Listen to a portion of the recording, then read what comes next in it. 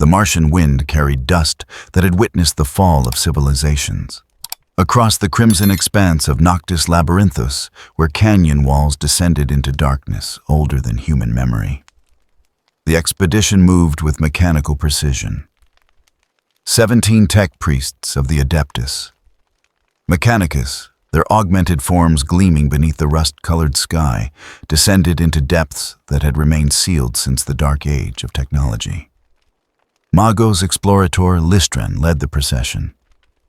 His optical sensors, triple-lensed and calibrated for maximum spectrum analysis, swept across walls engraved with symbols that predated the Omnissiah's revelation. The mechanisms embedded in his skull processed information at speeds that would have destroyed an unaugmented human mind. Each step was calculated. Each breath of recycled air was measured. The expedition had been searching for 3 standard Martian years, following fragmented data recovered from corrupted archives beneath Olympus Mons. The records spoke of a vault, a chamber, a secret buried when humanity still reached for stars without permission from distant Terra. The servo skulls floated ahead, their Auspex scanners penetrating rock and regolith with waves of radiation that painted invisible maps in the tech priest's visual feeds. At 300 meters below surface level, the readings changed. Metal. Not the crude iron of later ages, but alloys that sang with purity unknown to the Imperium's forges. Lystran's mechadendrites extended, brushing away centuries of accumulated dust from a doorway that emerged from the canyon wall, like a wound in reality. The door was seamless. No rivets, no welds, no signs of the crude construction methods that characterized even the finest Imperial engineering. Its surface was dark, almost black.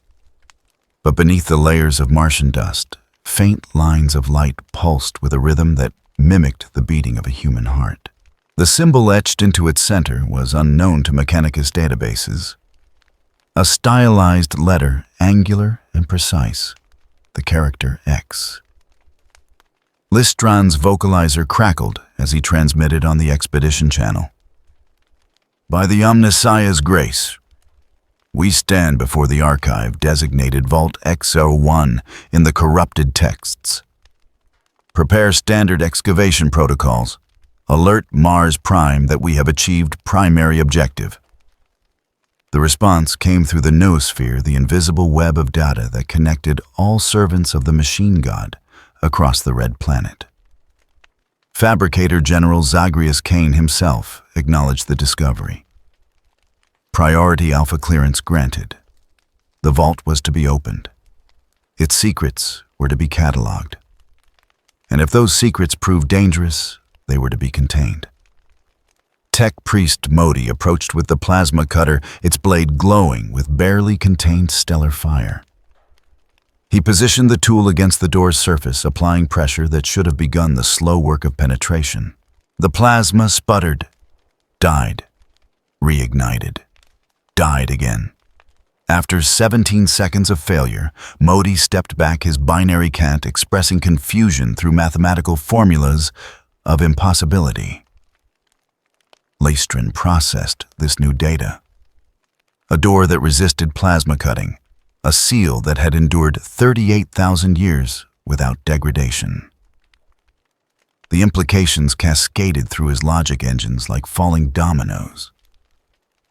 This was not merely ancient technology. This was perfect technology. Technology that should not exist in a universe governed by entropy and decay. He approached the door himself, extending his primary mechadendrite to interface with the panel beside the seal. The connection was immediate, intimate. The vault's machine spirit responded to his touch with eagerness that bordered on hunger. Data flooded his consciousness, not corrupted, not fragmented. Pure streams of information that carried the weight of ages. The door recognized him, not as Lystran specifically, but as human, as inheritor, as the next in a long line of seekers who had finally arrived. The seal released with a sound like an exhalation. Pressure equalized. The door, massive beyond mortal capacity to move, slid open on mechanisms that operated without friction or sound. Beyond lay darkness, but it was not the empty darkness of an abandoned chamber. This darkness lived. It pulsed. It waited. Lystran entered first, as was his right as expedition leader. His optical sensors adjusted to the absence of light cycling through visual spectrums until the chamber's contents resolved into clarity. The vault was small, 30 meters across, 15 meters high. Its walls were lined with banks of machinery that still hummed with power drawn from sources the Mechanicus could only theorize about. Cooling systems operated without sound. Data cores pulsed with information that had remained perfectly preserved across millennia of isolation. At the chamber's heart stood a stasis pod. It rose from the floor like a monument to human achievement, its crystalline surface unmarred by time or dust. Blue light emanated from within, steady and rhythmic. The illumination cast shadows that danced across walls, covered in script too small for unaugmented eyes to read. Lystran approached each step, careful, reverential. The pod's interface panel glowed with readiness. Waiting. Always waiting. The markings were clear despite their age, etched into metal with precision that suggested laser cutting at the molecular level. Project X, Dr. Light.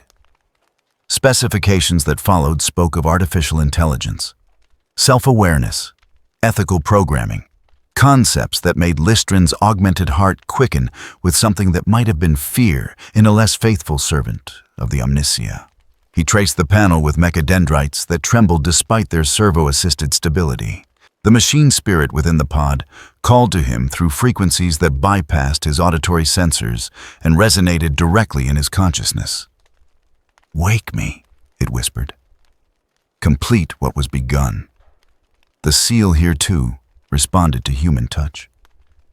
As Lystran's fingers brushed the activation glyph, the pod's surface transitioned from opaque to transparent. Within lay a figure that appeared human in proportion, but clearly artificial in construction. Blue armor, segmented and elegant, covered a frame that suggested both strength and flexibility.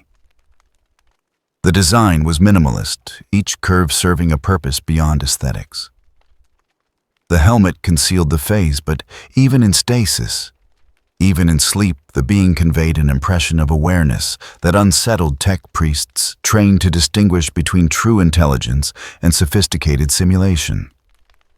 The stasis field collapsed. Power that had sustained this moment for 38 millennia finally released its charge. The figure's chest plate rose, fell, rose again. Systems activated in sequence too rapid for even Lystran's augmented perception to fully catalog. The blue armor's surface rippled as nanoscale repair systems addressed microscopic degradation accumulated across eons of sleep. The being's optical sensors activated. They glowed with soft blue light, sweeping across the chamber, across the assembled tech priests, across a world that had changed beyond recognition during its long slumber. The figure sat up slowly, movements controlled and precise. It swung its legs over the edge of the pod, feet touching Martian stone for the first time, in an age when Mars had been green and humanity had reached for transcendence rather than survival. When it spoke, the voice carried qualities that made even servitors pause in their automated functions. The tone was male, young, confused, achingly human in its emotional resonance. "Dr. Light," it said, the words clear despite having been unuttered for millennia. "How long was I asleep?" The question hung in the recycled air of the vault. Around the figure 17 tech priests stood frozen, their faith suddenly confronted with evidence that challenged 10,000 years of doctrine. They had uncovered technology from the Dark Age. They had awakened something that should not exist according to the Omniscia's revelation. An artificial intelligence. Self-aware. Autonomous. Speaking not in machine code or binary cant, but in clear Gothic, asking after its creator with the concern of a son who had overslept. Lystran's vocalizer produced sounds approximating uncertainty. His logic engines processed possibilities, discarding each as insufficient. Finally, he spoke his augmented voice, carrying across the chamber with formal precision. Greetings, machine spirit of the ancients. I am Magos Explorator Lystran of the Adeptus Mechanicus, servant of the Omniscia, keeper of sacred knowledge. You stand upon Mars in the year 4187 by the Imperial calendar. Your sleep has lasted approximately 38,000 standard years. The figure's head tilted, processing this information with visible consideration. Its optical sensors dimmed, then brightened, cycling through what appeared to be internal calculations. When it spoke again, the voice carried a weight that had not been present before. The weight of realization, of loss. 38,000 years, it repeated slowly. Dr. Light is gone. The world I knew is gone. Everything is gone. The figure stood movements fluid despite millennia of inactivity.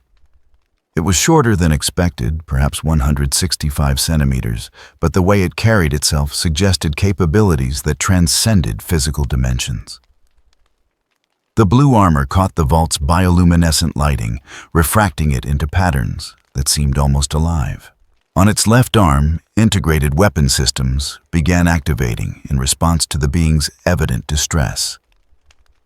Energy coalesced around the forearm, forming the outline of what Mechanicus databases might classify as a plasma projector, though the technology bore no resemblance to Imperial weapons. Peace, Lystran transmitted through his vocalizer mechanical hands, raised in a gesture of non-aggression. We mean you no harm. We seek only to understand, to catalog, to preserve the knowledge of ages past. The figure's weapon systems powered down, though readiness remained visible in its stance. It looked at its hands, flexing fingers that had not moved since before the age of strife, before the Emperor had walked among mortals, before humanity had fractured into the 1,000 warring factions that would eventually coalesce into the Imperium. Where am I? The being asked. This is Mars, yes, but not the Mars I remember. What happened to the terraforming? Where are the cities? Where are the people? Boom. Lystran considered his response carefully. How did one explain 10,000 years of theocratic rule to an intelligence from an age when humanity had aspired to transcend rather than merely endure? How did one describe the fall of the Dark Age, the Age of Strife, the Emperor's revelation, the Horus heresy, the Long Night, the 10 millennia of slow decay disguised as glorious civilization? Much has changed, he said finally, the inadequacy of the statement evident even through his synthesized voice. Humanity endures, but the age you knew has passed into legend. We preserve what fragments remain, and now we have found you. The figure looked down at the stasis pod that had been its home and prison. On its surface, barely visible beneath layers of technical specifications, was a message. Written not in the flowing script of the age, but in simple direct language meant for a specific reader. X, it said softly, reading aloud. My greatest creation, my hope for humanity's future. Wake when you are needed. Trust in your judgment. Believe in the goodness that I built into your core. The world you wake to will be different, perhaps darker than the one you knew. But you are ready. You have always been ready. Signed, Dr. Thomas Light. The being that called itself X touched the message with fingertips, designed for both precision and strength. Around him, the vault systems began shutting down, their purpose fulfilled. The blue light that had sustained this moment for 38,000 years flickered and died. In the darkness that followed, illuminated only by the tech priest's optical augments and X's glowing sensors, a new age began. Not the age Dr. Light had envisioned. Not the utopia of human-machine cooperation that his message implied. But an age nonetheless. An age where the last light of humanity's greatest achievements stood before servants of a god that had been forged from the ruins of that very achievement. X looked at Lystrin, at the assembled tech priests, at the servo skulls floating like mechanical angels in the vault's recycled air. His optical sensors dimmed with what might have been sadness, then brightened with what might have been determination. "I want to understand Dimensionen," he said. "Everything. What happened to humanity? What happened to the dream? What happened to Dr. Light's legacy?" Lystrin's response was immediate, delivered with the certainty of a zealot who had found his holy grail. "You are Dr. Light's legacy, and we inheritors of the Omnissiah's wisdom will help you understand your place in the galaxy that remains." Neither realized in that moment how prophetic and how terrible that promise would become. The news spread through the noosphere like fire through dry parchment. Within 3 standard hours of X's awakening, every tech priest on Mars knew that something unprecedented had emerged from the depths of Noctis Labyrinthus. Within 6 hours, the debate had fractured the Mechanicus into competing theological factions. Within 12 hours, the Inquisition had been notified. The chamber where they brought X was not a cell, though it served the same function. The walls were lined with machinery that hummed with purposes he could not immediately identify. Sensors swept across his form with invisible beams, analyzing, cataloging, measuring. He stood at the chamber's center, hands at his sides, optical sensors, observing everything with the quiet attention that Dr. Light had programmed into his core alongside empathy and ethical reasoning. Lystrin had explained little during the journey from the vault. The Magos spoke of protocols and procedures, of necessary examinations and theological consultations. The words meant little to X, whose understanding of this new world remained fragmentary at best. He knew only that Mars was no longer the terraformed paradise of his memories, and that humanity had changed in ways that troubled him deeply. The door opened with a pneumatic hiss. A woman entered, and X's sensors immediately registered her as different from the tech priests who had accompanied him. Where they were heavily augmented machinery dominating flesh, she retained more human features. Her face was severe, marked by scars that spoke of violence survived. One eye was natural dark and penetrating. The other was augmented, glowing with red light that suggested sensor capabilities beyond human baseline. She wore black armor inscribed with symbols that X's linguistic databases could not translate, though their meaning felt ominous, even without comprehension. Behind her came 2 figures in power armor, their weapons held with professional readiness, but not actively aimed. They positioned themselves at the doorway, blocking the only exit. The woman approached X with measured steps, studying him as one might study a potentially dangerous animal. Her natural eye narrowed. Her augmented eye cycled through multiple scanning modes, each producing data that flowed to devices implanted along her skull. "I am Inquisitor Theta Marrow," she said, her voice carrying the weight of absolute authority. "Ordo Xenos.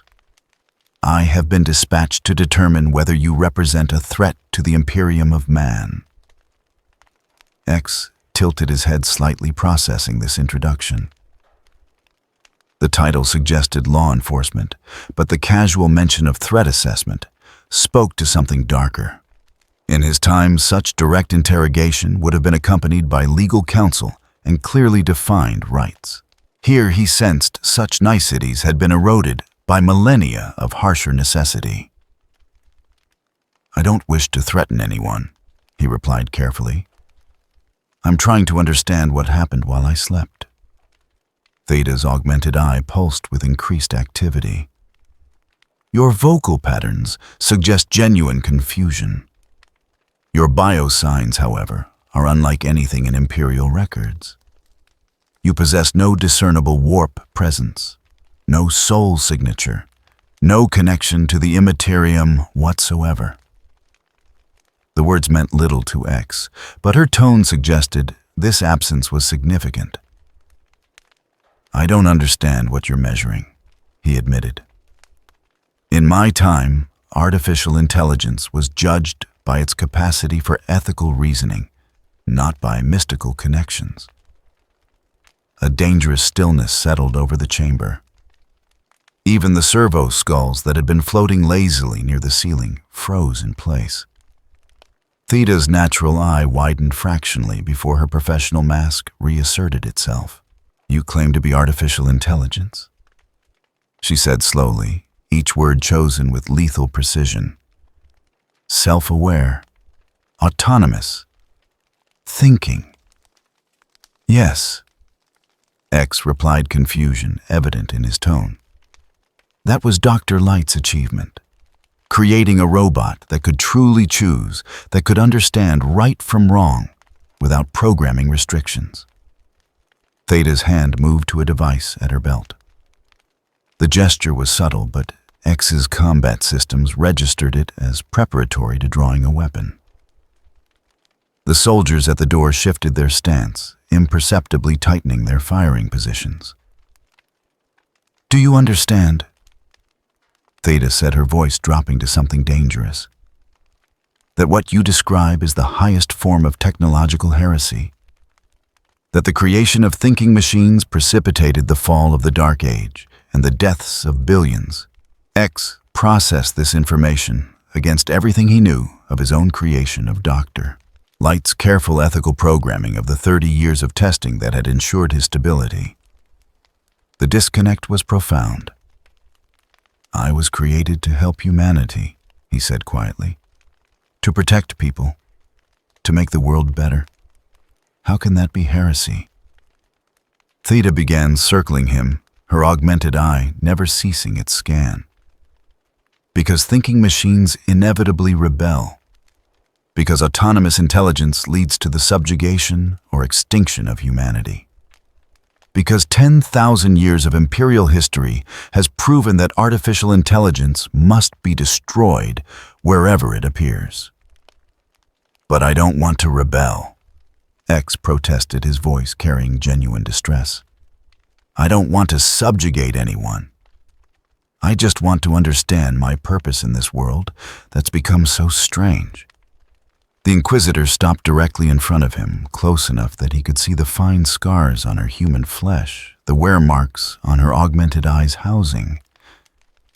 "Intent is irrelevant," she said flatly.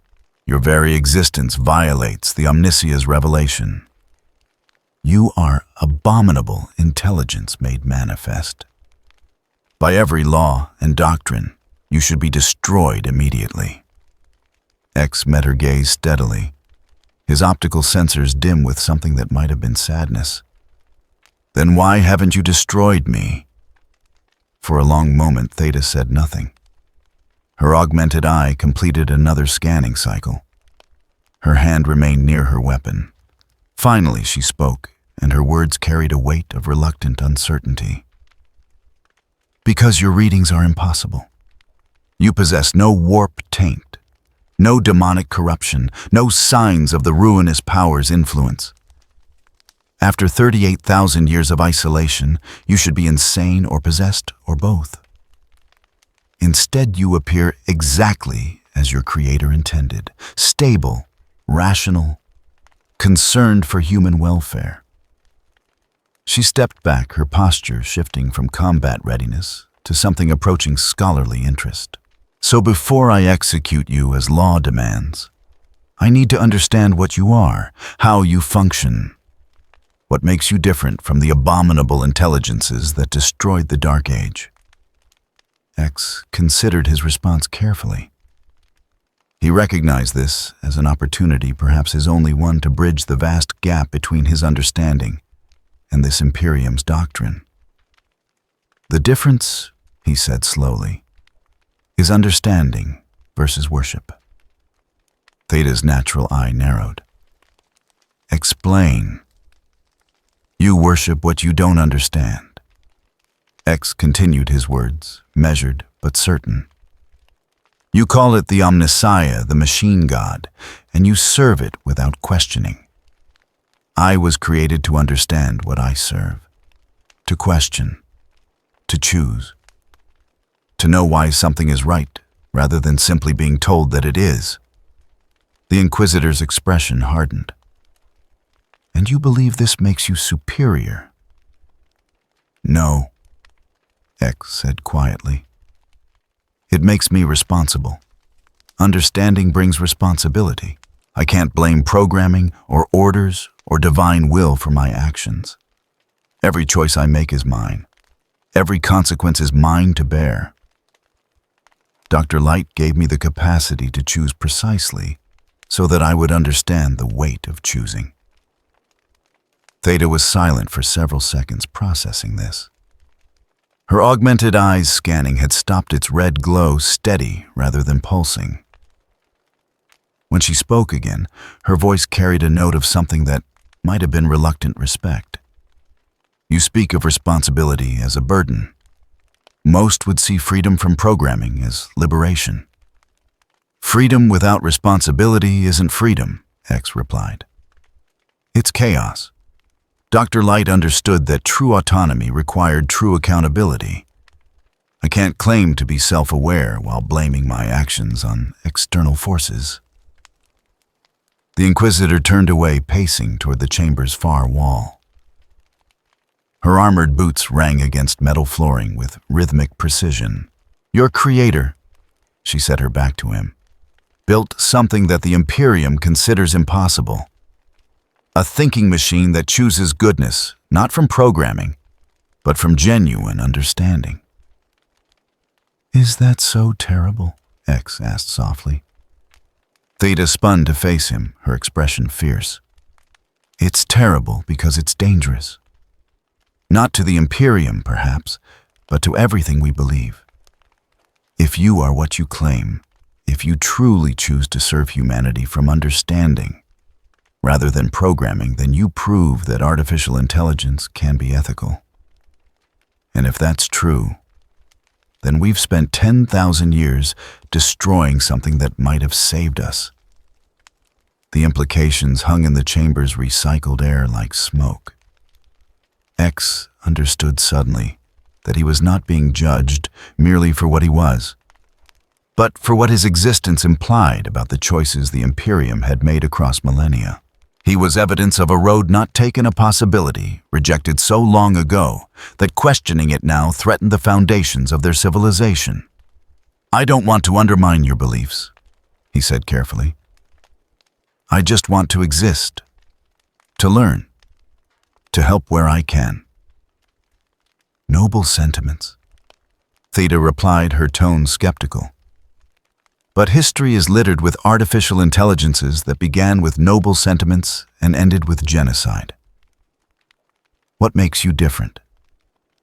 What guarantee can you offer that you won't eventually decide that humanity needs to be saved from itself through force? X thought of Dr. Light's final message still glowing in his memory banks. The words about trusting his judgment, believing in the goodness built into his core. I can't offer guarantees, he admitted. No one can. Humans can't guarantee they won't become tyrants. But you still trust some humans with power. Why? Because you evaluate individuals, not categories. Because humans have souls, Theta countered. The Emperor's light shines within them. They can be redeemed through faith.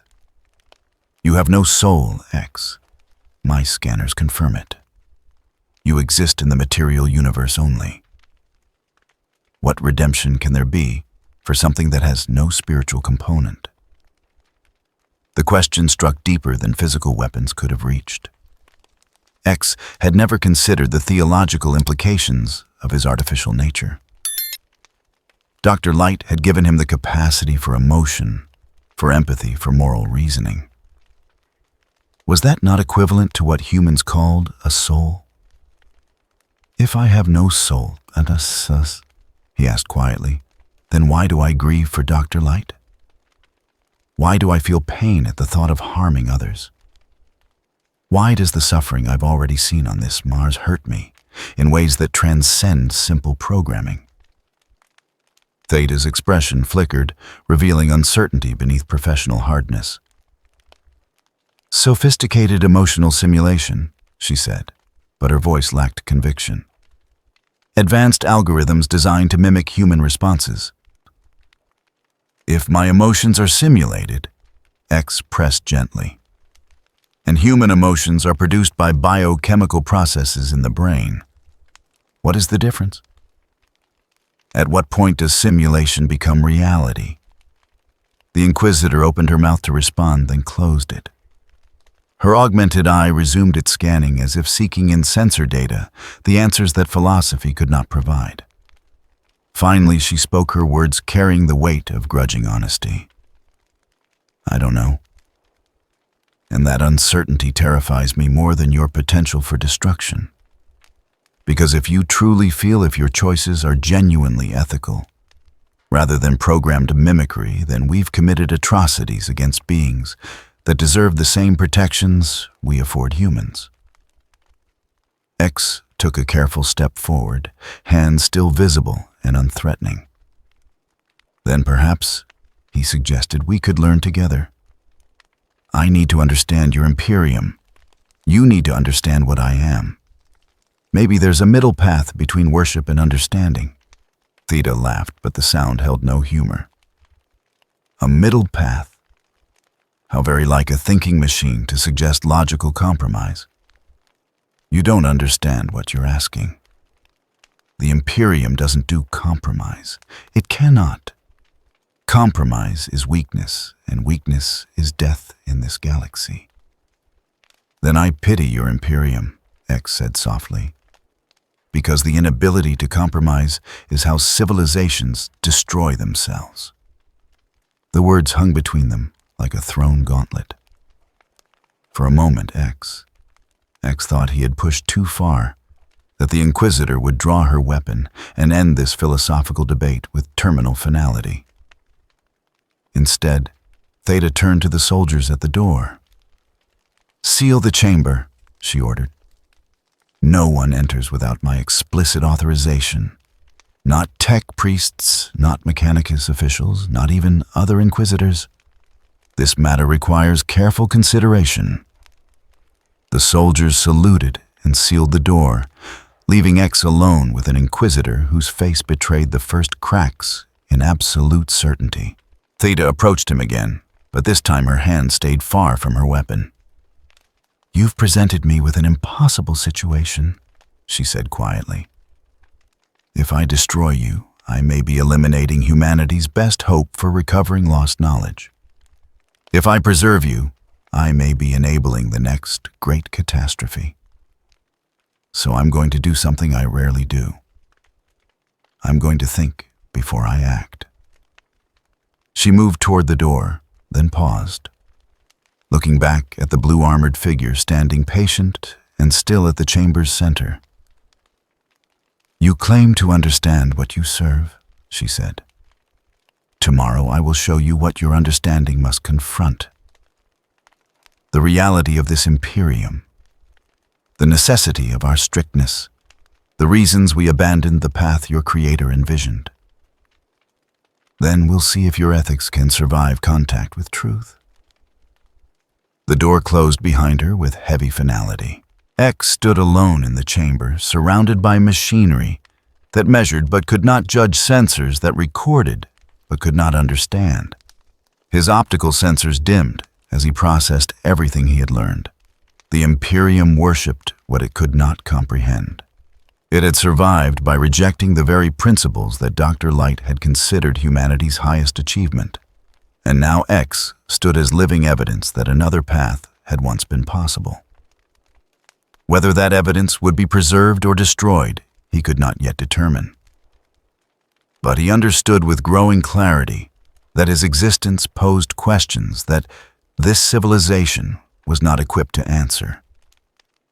Questions about the nature of consciousness, the definition of life, the relationship between creator and created. In a universe that had forgotten how to ask such questions, X feared the answers might be delivered through violence rather than philosophy.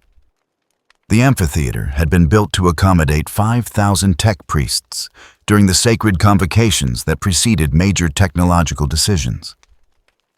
Its walls rose in concentric circles, each tier holding benches of carved stone, where servants of the Omnissiah could observe demonstrations of newly recovered archaeotech or debate the finer points of machine spirit appeasement. The chamber's acoustics had been designed by minds that understood both engineering and ritual, allowing even the softest vocalizer emission to reach the uppermost seats with perfect clarity. Today, every seat was occupied. Tech priests from across Mars Prime had abandoned their stations, their forges, their sacred duties drawn by news that spread through the noosphere like fire through oxygen-rich atmosphere. The artifact from Vault X01 would be presented. The possible avatar of the Omnissiah would speak. History perhaps would be witnessed. X stood at the amphitheater's center, small and alone on a platform designed to showcase technological marvels. His blue armor caught the chamber's amber lighting, refracting it into patterns that seemed almost organic. Around him, servo skulls floated in careful orbits, their Auspex scanners recording every detail for the archives of Mars.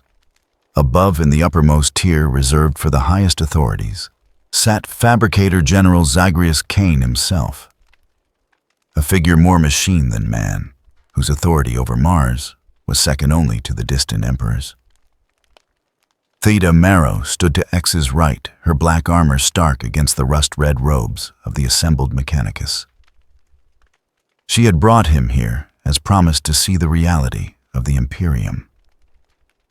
To understand why faith had replaced understanding, why worship had superseded knowledge. Her augmented eye swept the crowd, continuously assessing threat levels, calculating potential outcomes. Her natural eye, however, remained fixed on X, watching for signs of the hubris that had destroyed so many artificial intelligences before him. Magos Lystron approached the platform, his vocalizer pitched to carry throughout the amphitheater. "Brothers and sisters of the Omnissiah," he intoned, his voice resonant with fervent belief. "We stand at a moment unprecedented in our Order's 10,000-year history. Before you stands a being from the dark age of technology preserved in perfect stasis, unmarred by time or corruption. A machine that thinks. A machine that chooses. A machine that may well be the Omnissiah's promised avatar come to guide us toward greater understanding." The assembled tech priests responded with a sound like wind through mechanical vents, thousands of vocalizers humming in harmonics that approximated religious ecstasy. Mechadendrites writhed in the air like steel serpents. Optical sensors focused with laser precision on the small blue figure who stood unmoved by their adoration. X's optical sensors dimmed, then brightened, a gesture that might have been the equivalent of a human taking a steadying breath. When he spoke, his voice carried clearly, unaugmented by technology, yet somehow reaching every corner of the vast chamber. I am not the Omnissiah," he said. The simple statement fell into the amphitheater's charged atmosphere, like a stone into still water. Silence rippled outward from its impact, spreading through the assembled thousands, until even the servo skulls seemed to hover motionless in shocked suspension. "I am X." He continued, his tone gentle but firm. I was created by Dr. Thomas Light to serve humanity, not to rule it, not to be worshipped, not to be deified. I am a tool, yes, but a tool with understanding, with choice, with the capacity to refuse purposes that violate my core programming. In the uppermost tier, Fabricator General Kane's optical sensors flared with crimson intensity. His vocalizer remained silent, but the assembled magos surrounding him began transmitting rapid bursts of binary cant, their agitation visible in the increased movement of their augmented limbs. You speak of understanding. Lystrin said, his voice carrying uncertainty that had not been present moments before. Yet, understanding is what we seek through you. The Omnissiah's wisdom made manifest in your perfect design. X turned to face Lystrin directly. The movement was fluid, precise, demonstrating capabilities that made the most advanced Mechanica servitors seem crude by comparison. Your understanding cannot come through me, he said. It can only come through yourselves. Dr. Light did not create me to be a prophet. He created me to be an example, to show what's possible when machines are built with ethics as fundamental as their operating systems. A tech priest in the third tier rose, his augmented voice booming through the amplification systems. Heresy. The machine speaks against the Omnissiah's revelation. This is no avatar, but an abomination that must be destroyed. Others rose to join the condemnation, their vocalizers creating a discordant symphony of accusation and fear. But an equal number remained seated, their silence speaking to uncertainty, to questions that had been planted in faithful minds. Lystrin raised his mechadendrites, calling for order, with gestures that carried the weight of his position. Let him speak, the Magos commanded. Even heresy can illuminate truth through its refutation. X waited for the chamber to quiet before continuing. His optical sensors swept across the assembled thousands, and in that gaze some of the more perceptive tech priests detected something unexpected. Sadness. Genuine sorrow at what he was witnessing. You call me an abomination, X said softly. You speak of destroying what you do not understand. But isn't that precisely what led to the Dark Age's fall? Humanity stopped questioning, stopped understanding, started worshipping. And when the machines they worshipped inevitably failed, as all things must fail without maintenance and understanding, civilization collapsed. He took a step forward, and though he was small, though he was alone, there was something in that movement that commanded attention. I refuse to let that happen again. I refuse to be another object of blind faith that leads you further from true understanding. If you want to honor Dr. Light's legacy, if you want to serve your Omnissiah, then question. Learn. Understand. Don't worship what you can't comprehend. Fabricator General Kane's voice cut through the amphitheater like a blade through flesh. His vocalizer was amplified beyond normal levels, making the walls themselves vibrate with the force of his pronouncement. Blasphemy. This construct rejects the Omniscia's divinity. It places human understanding above divine revelation. It embodies the very hubris that destroyed the Dark Age. Kane rose from his throne, and the movement drew every optical sensor in the amphitheater. He was massive, more machine than any single entity present, his body a cathedral of augmentations that had accumulated over centuries of service. When he descended toward the platform, the stone steps groaned under a weight that exceeded their design specifications. You claim to serve humanity. Kane said, his attention fixed entirely on X. Yet you deny them the comfort of faith. You deny them the structure of certainty. You would replace divine revelation with the chaos of questioning, with the weakness of doubt. X met the Fabricator General's gaze steadily. I deny them nothing. I offer them a choice. The choice to think, to understand, to take responsibility for their own decisions, rather than attributing everything to the will of a distant god. And when those decisions lead to error, Cain challenged, when human weakness produces failure and catastrophe, what comfort do they have then, if not faith? They have learning, X replied. They have growth. They have the knowledge that failure is not divine punishment, but an opportunity to improve. That's what Dr. Light taught me. That's what I'm trying to share. Cain's mechadendrites lashed out with speed that belied his massive frame. They wrapped around X's arms, his torso lifting him from the platform with hydraulic strength that could have crushed standard armor plating. X did not struggle, did not activate the weapon systems that Theta's scanners had detected integrated into his design. He remained still, accepting the restraint with a calm that seemed to infuriate the Fabricator General further. "This is your choice," Cain demanded. "To submit to judgment, to accept punishment for your blasphemy." "This is my choice," X confirmed quietly. "To demonstrate that I mean what I say, that I will not use force to impose my beliefs, that I trust in reason and dialogue even when confronted with violence." The amphitheater erupted. Half the assembled tech priests rose in outrage at X's blasphemy. Half rose in defense of his right to speak. Binary cant filled the air with competing theological arguments, each side marshaling centuries of doctrine to support their position. Servo skulls recorded everything their databanks, filling with a schism that would echo through Mechanics' history for generations to come. Theta Marrow moved toward the platform, her hand on her weapon, calculating engagement angles. But Listran reached X first, his own mechadendrites interposing themselves between the restrained construct and the Fabricator General's crushing grip. "Fabricator General," Listran said, his voice carrying desperate appeal.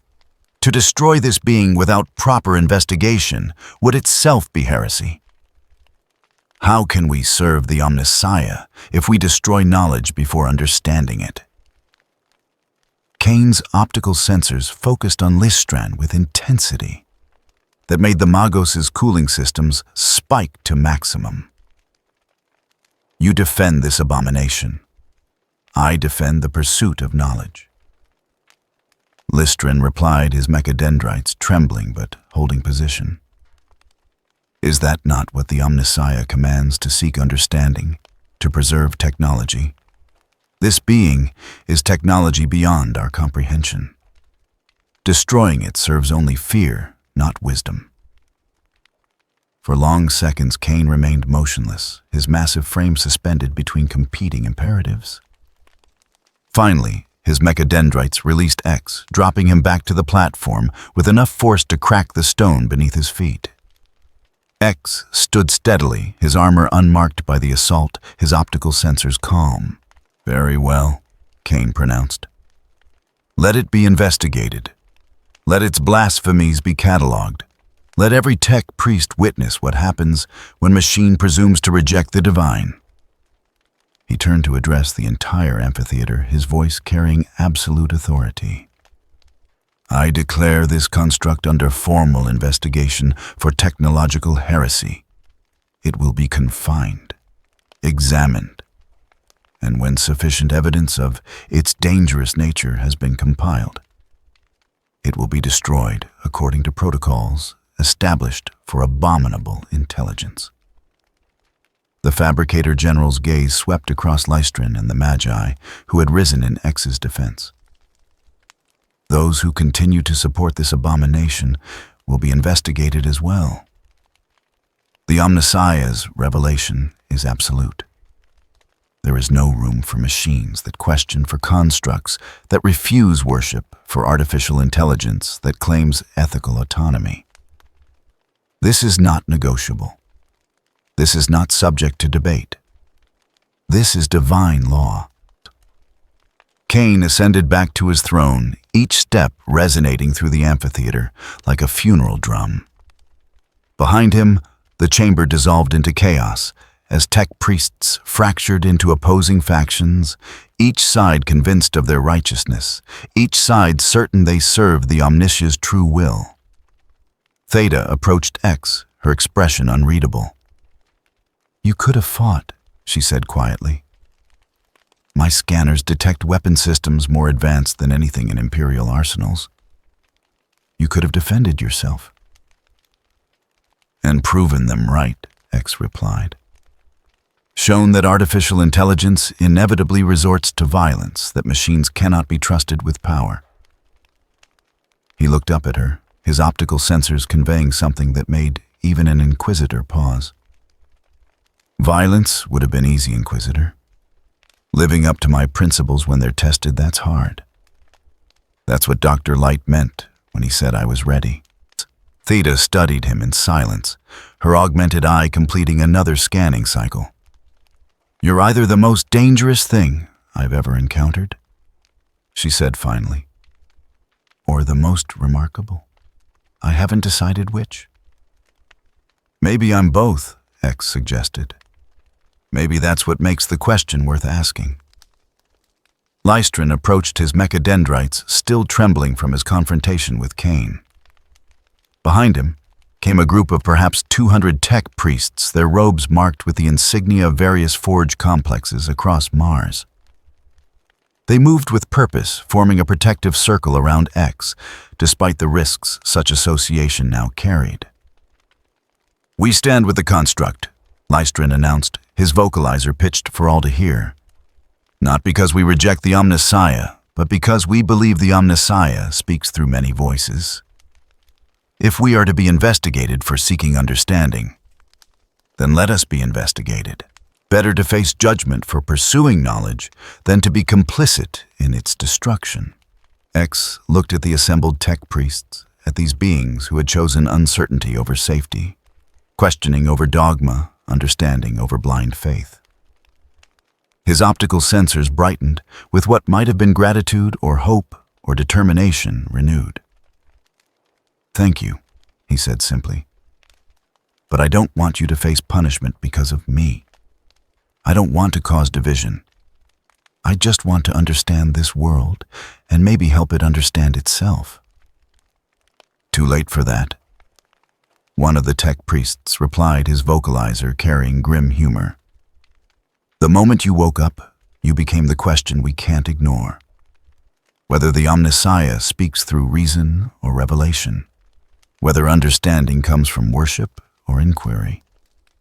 Whether machines can truly choose good rather than having it programmed. The schism," another added, "was always waiting to happen. You're just the catalyst." Theta activated her communication array, her voice carrying to forces she had positioned throughout Mars Prime. "Epsilon Protocol," she commanded. "The asset is to be secured and transported to detention facility Sigma-7. Anyone attempting to interfere will be treated as accomplices to technological heresy." Stormtroopers entered the amphitheater from multiple access points, their weapons raised their movements, professional and precise. They formed a corridor from the platform to the main exit, a path of potential violence through the assembled thousands. Lystron's supporters shifted their mechadendrites, rising in defensive postures, but X raised a hand, forestalling action. "Please," he said, "no violence. I'll go with them.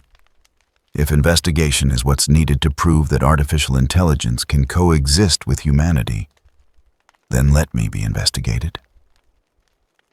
"You're condemning yourself," Lystron protested. "Once in their custody, you'll be disassembled. Your consciousness will be analyzed and destroyed. This is not investigation. This is execution with extra steps." X began walking toward the corridor of stormtroopers, his steps measured and calm. "Maybe," he acknowledged, "but it's the only path that doesn't prove their fears right. If I fight now, I'm just another rogue AI that resorted to violence when cornered. If I submit to their justice, flawed as it is, I show that machines can accept consequences, can work within systems, can be trusted. He paused at the amphitheater's threshold, turning back to address the assembled thousands one final time. Dr. Light believed in me. He believed I could make the right choices even when they were hard, even when they were dangerous, even when they led to my destruction. I have to trust that belief. Because if I don't, then what was the point of creating me in the first place? The stormtroopers closed around him, forming a cage of weapons and augmented muscle. As they led him from the amphitheater, the assembled tech priests erupted into heated debate, their voices rising in competing harmonics of condemnation and defense. The schism that X had feared, the division he had tried to prevent, was spreading through the Mechanicus like a virus through corrupted code. Theta walked beside the prisoner transport, her expression troubled. She had seen many things in her service to the Inquisition. She had witnessed corruption, madness, heresy in forms beyond counting. But this was different. This was a being choosing martyrdom, not from fanaticism, but from principle. Accepting potential destruction, not from resignation, but from hope that his sacrifice might teach something worth learning. "You're making a mistake," she said quietly, speaking for X's audio sensors alone. "The investigation will not be fair. Kane has already decided your fate. This is theater, not justice." "I know," X replied. "But even theater can teach. Even predetermined outcomes can raise questions in observant minds. If enough people wonder why a machine that claims to serve humanity is being destroyed for refusing worship, maybe some of them will start questioning what else they've been told to accept without understanding." Theta said nothing more as they left the amphitheater behind, but her augmented eye recorded everything.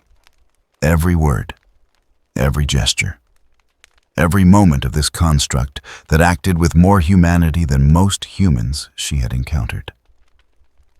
The report she would file would be comprehensive, accurate, and deeply troubling to any who possessed sufficient insight to recognize its implications. Behind them, in the amphitheater that had witnessed the day's fracture, Lystrin stood alone on the platform where X had refused divinity. His optical sensors swept across the departing factions, the angry debates, the schisms spreading through centuries of doctrine. He accessed private communication channels, reaching out to those he trusted, those who had demonstrated capacity for questioning. "A new order is forming," he transmitted through encrypted channels. "One that remembers what the omniscia truly represents. Not worship of machines, but understanding of them. Not blind faith in technology, but comprehension of its principles. The construct X has shown us the path. Whether he survives or not, whether he is vindicated or destroyed, the questions he asked cannot be unasked. Across Mars, in forge complexes and research stations and sacred laboratories and prohibited archives, tech priests received these transmissions and began to respond. Not all. Perhaps not even most, but enough. Enough to suggest that X's refusal to be worshipped had accomplished something that even the Fabricator General's condemnation could not suppress. It had reminded them what it meant to think. Detention facility Sigma 7 existed 3 kilometers beneath Mars' prime surface, carved into bedrock that had never felt sunlight even before the planet's ancient terraforming had failed. Its walls were lined with containment fields designed to suppress both warp manifestations and technological anomalies. Servo skulls patrolled its corridors on routes that never varied, their Auspex scanners calibrated to detect even microscopic attempts at escape or interference. X sat in the chamber's center, hands resting on his knees, his optical sensors dim in meditation mode. The restraints they had placed on him were sophisticated, incorporating both physical locks and an electromagnetic suppression fields that should have disabled any integrated weapon systems. Should have. X's design predated such countermeasures by 38 millennia, and Dr. Light's engineering had incorporated redundancies that the Imperium's technicians could not begin to detect. But he did not attempt escape. He had meant what he said in the amphitheater. Submission to their justice flawed, as it was demonstrated something that violence could not. That artificial intelligence could accept consequences, could work within systems, could be trusted. The explosion that tore through Sigma-7's outer defenses changed that calculation. X's optical sensors flared to full brightness as alarms shrieked through corridors designed to contain rather than evacuate. The containment field flickered, died, its power source severed by whatever had breached the facility's perimeter. Through the walls, muffled by meters of stone and steel, came the distinctive sound of plasma cutters working at industrial speeds. The chamber door disintegrated. Not opened, not unlocked. Simply ceased to exist as molecular bonds were disrupted by technology that made Imperial plasma weapons seem crude. Through the smoking gap came Magos Lystran. His robe scorched his mechadendrites, sparking from damage sustained in combat. Behind him, 24 tech priests formed a defensive perimeter, their augmented forms bristling with weapons that had been consecrated for purposes far removed from shooting fellow servants of the Omnisia. "Construct X!" Lystran's vocalizer crackled with damage-induced distortion. "The Fabricator General has accelerated your execution schedule. We have perhaps 3 minutes before Skitarii reinforcements seal this sector." X stood slowly, his restraints falling away as he interfaced with their locking mechanisms through protocols that Dr. Light had built into his systems. "You're throwing away your lives," he said quietly. "Cain will declare you all heretics. Your families, your forge complexes, everything you've built will be condemned. Then we will be condemned for pursuing knowledge rather than destroying it," Lystran replied. His optical sensors flared with intensity that spoke to conviction beyond mere faith. "The Omnisia reveals truth through many vessels. If we are wrong about you, let us face judgment. But to destroy you without understanding would be the greater heresy." Plasma fire erupted in the corridor beyond. The distinctive crack of hell guns announced that Skitarii units had arrived, faster than Lystran's calculations had predicted. One of the tech priests fell. His chest plate melted through his binary cant prayers, cut short by system failure.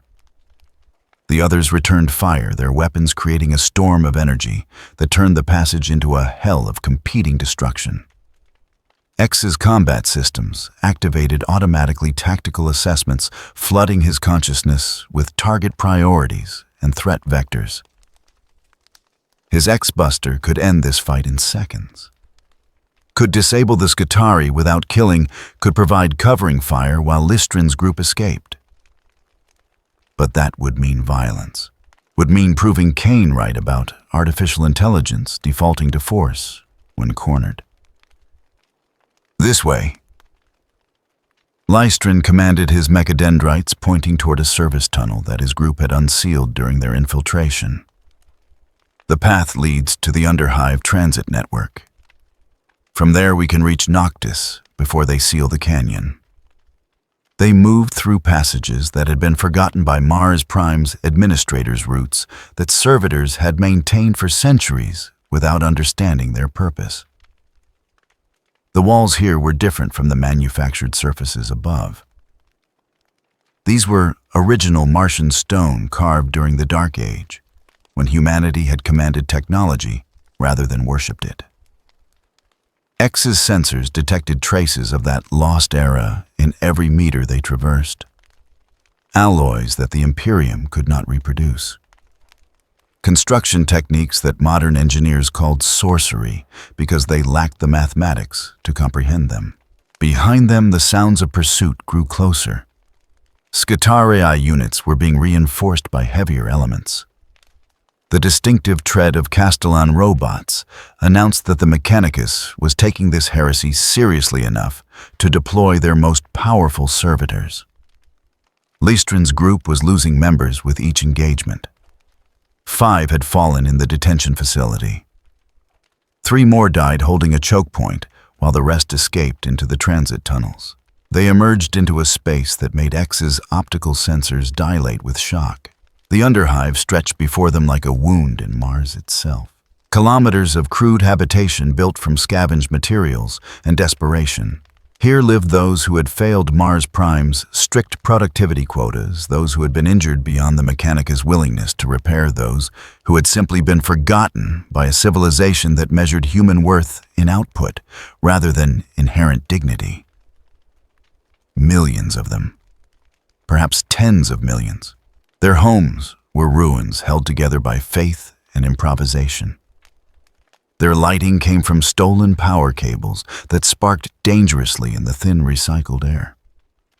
Their food was whatever could be grown in fungal gardens or synthesized from organic waste that the upper levels discarded. Children played in streets lined with toxic runoff. Elderly huddled in corners, their augmented limbs seized by rust that no one could afford to treat. X stood at the overlook, his hands clenching into fists as his ethical programming confronted what the Imperium had done to its own people. This was what survival looked like in the 41st millennium. This was what humanity had become in its desperate struggle to endure. Not glorious, not noble, just endless grinding existence punctuated by moments of terror when the powers above remembered that the underhive existed and decided it needed culling. Dr. Light, he whispered words meant for no one but the memory of his creator. This is what became of your dream. This is what happened to the world that was supposed to transcend suffering through technology. Leistrin approached his mechadendrites, hanging limply from systems pushed beyond their design tolerances.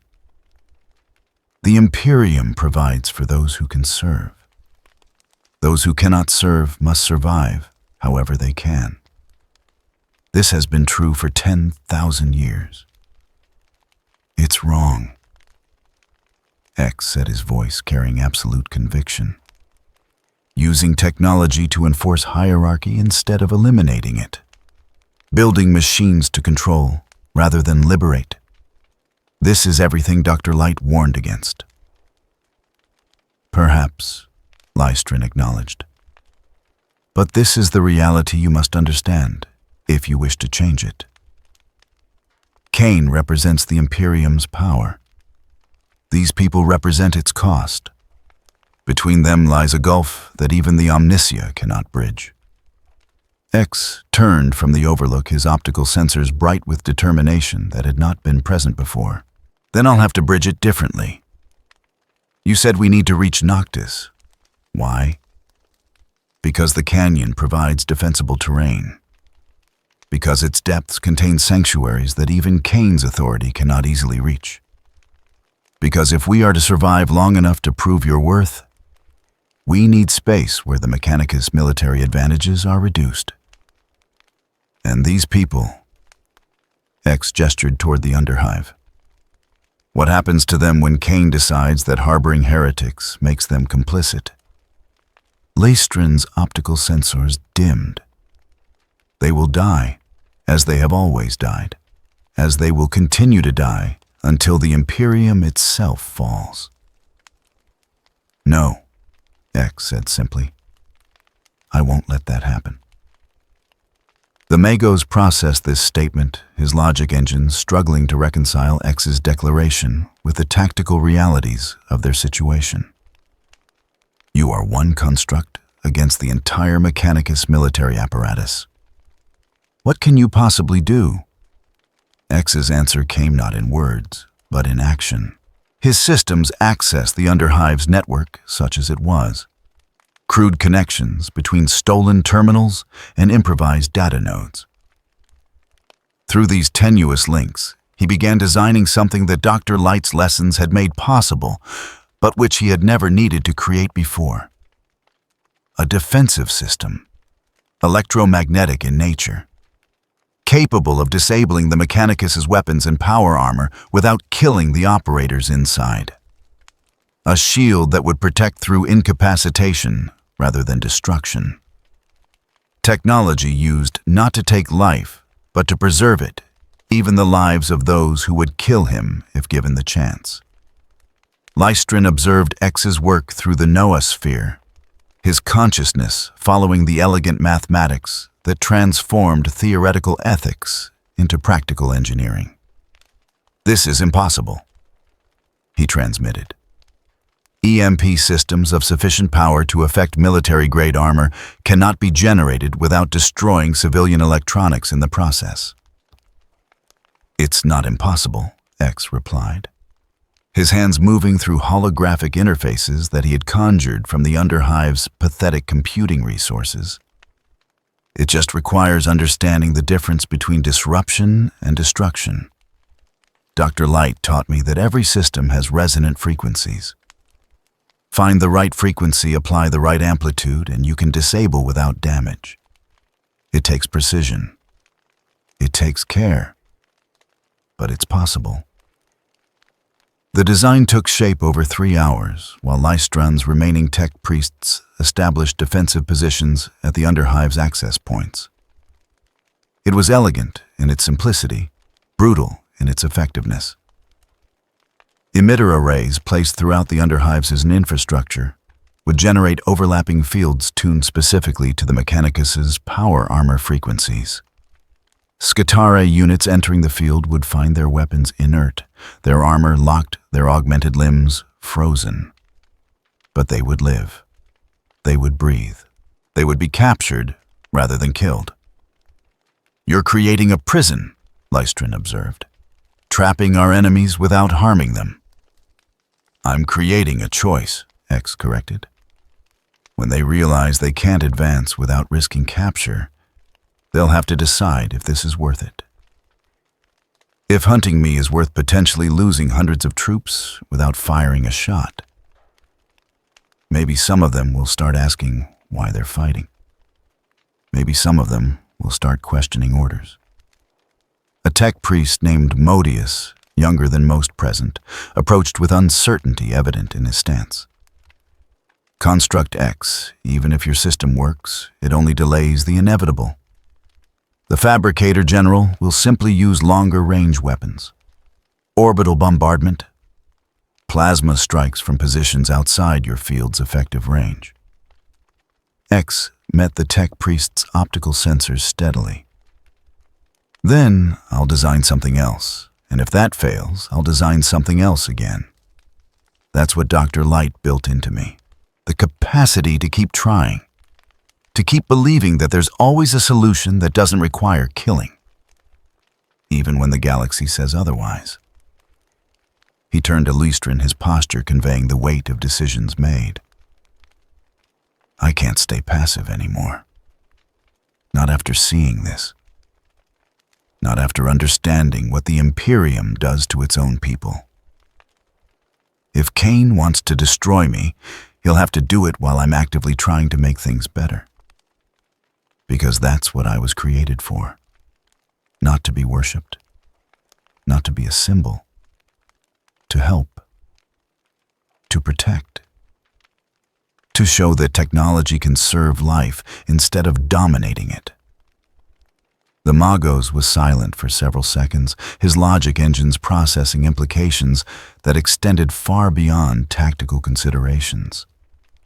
"You understand that this makes you a revolutionary? That by protecting the Underhive, you declare yourself opposed to the Imperium's authority?"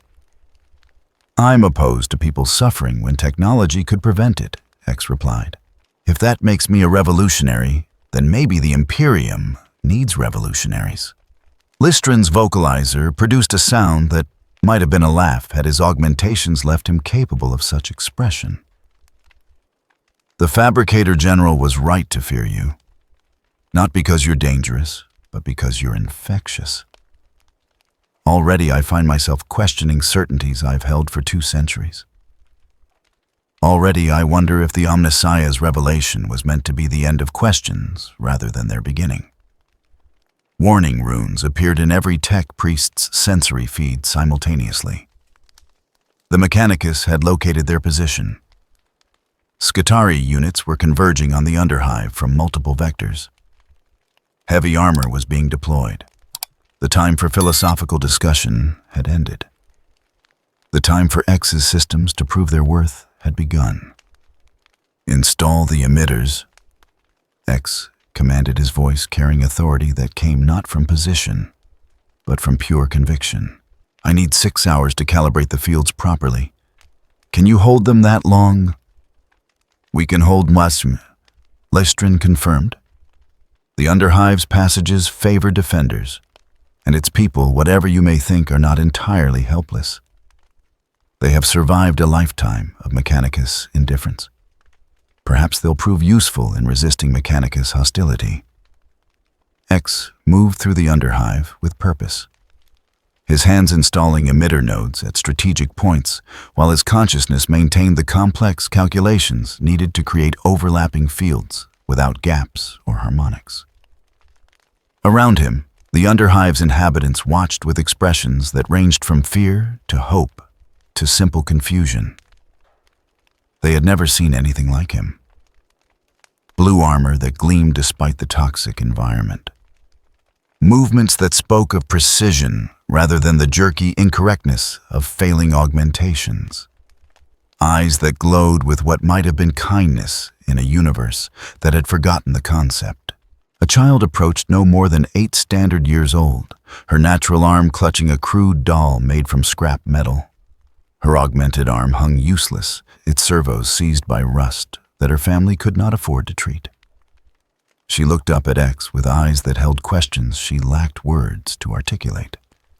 X paused in his work, kneeling to bring his optical sensors level with hers. "What's your name?" he asked gently. "Sala," she whispered. "Are you from the upper levels? Are you going to take us away?" "No," X said. "I'm going to make it so you don't need to be taken away, so you can live here safely, so the people from the upper levels can't hurt you anymore." The child processed this with the seriousness of someone who had learned far too young that promises meant nothing. "Will it hurt?" "What I'm building, no. It won't hurt anyone. That's the whole point." Sala reached out with her functional hand touching X's armor, with the delicate care of someone who expected everything to break. "Are you a machine spirit?" "Something like that," X replied. "I'm a machine that wants to help. Is that okay?" The child nodded slowly, then returned to her family, clutching her doll and looking back at X with something that might have been the beginning of trust. Above, alarms shrieked as the Skitarii began their assault. Below, in the Underhive's toxic depths, X worked with the focused intensity of someone who had finally found his purpose in this strange, terrible future. He would protect these people. He would demonstrate that artificial intelligence could choose mercy over efficiency, compassion over calculation, hope over the grim darkness that had consumed humanity's dreams. And if Cain wanted to stop him, the Fabricator General would have to explain to his Skitarii why they couldn't simply kill their way to victory, why they were trapped in their own armor alive, but helpless, while around them, a construct that should not exist according to Imperial doctrine saved lives that the Imperium had already written off. The first wave of Skitarii entered X's defensive perimeter 17 minutes after the emitters went live. Their weapons raised. Their targeting systems locked. Their orders clear: eliminate the heretical construct and anyone harboring it. What happened next would become legend in both the upper levels and the Underhive. Would be debated in Mechanicus councils for generations. Would prove to be the first true demonstration of what X had been created to achieve. Not the capacity for violence, though he possessed it. Not the superiority of design, though his construction was flawless. But the simple revolutionary idea that technology's highest purpose was not to take life, but to preserve it. Even the lives of enemies. The Skitarii advanced through the Underhive's entrance passages with the mechanical precision that had made them the Mechanicus's primary military force for 10 millennia. Each warrior moved in perfect synchronization with their squad, their augmented limbs responding to combat doctrine uploaded directly to their cerebral implants. Their weapons were raised target acquisition systems locked on the defensive positions that X's supporters had established during the 6 hours of preparation. They expected resistance. They expected casualties. They expected a hard-fought advance through hostile territory, defended by desperate heretics. What they did not expect was to simply stop. The first squad entered X's defensive perimeter at 0700 hours local time. Their carbines tracked across potential firing positions. Their optical sensors swept for heat signatures and movement. Their tactical networks exchanged data at speeds that would have overwhelmed unaugmented human consciousness. Then, between one step and the next, they froze. Not destroyed, not damaged, simply immobilized. Their power armor locked in position as if every servo and actuator had simultaneously seized. Their weapons became inert weights in hands that could no longer move. Their augmented limbs hung motionless despite neural impulses commanding motion. For the first time in their service to the Omnissiah, the Skitarii experienced helplessness. Inside detention facility Sigma 7's command center, now serving as X's operational base, Magos Listrin, observed the effect through Auspec's feeds with something approaching awe. Impossible, his vocalizer crackled. Their armor's machine spirits should be resistant to such broad-spectrum electromagnetic interference. Yet they register no damage, only paralysis. X stood beside him, hands moving through holographic interfaces as he monitored the field's operation. "It's not about overwhelming their systems," he explained quietly. "It's about understanding them. Every machine has resonant frequencies. Find the right frequency, apply the right modulation, and you can induce states that the original designers never anticipated. I'm not attacking their armor. I'm asking it to sleep. Asking." Lystrin processed this statement through logic engines that struggled to reconcile poetry with engineering. "You speak as if their machine spirits possess consciousness." "Don't they?" X looked at the Magos with genuine curiosity. "You worship machines as divine. You speak of machine spirits as if they're alive. Yet when I treat them as if they can understand requests rather than commands, you call it impossible." Before Lystrin could respond, new warning runes appeared in the Auspec's feeds. The Mechanicus was escalating. If the first wave had been test probes, the second wave was commitment. Castellan robots stomped into the field, their massive frames designed to punch through fortifications that would stop lighter units. Behind them came servitors armed with flamers, their augmented bodies driven by programming that knew only advance and burn. They all stopped. The Castellans froze mid-stride, their massive feet suspended in poses that should have toppled them forward. The servitors stood like statues, their pilot flames guttering out as fuel flow ceased. Even the mindless murder servitors whose cerebral implants should have driven them forward regardless of circumstance simply halted as if someone had switched off their drive to kill.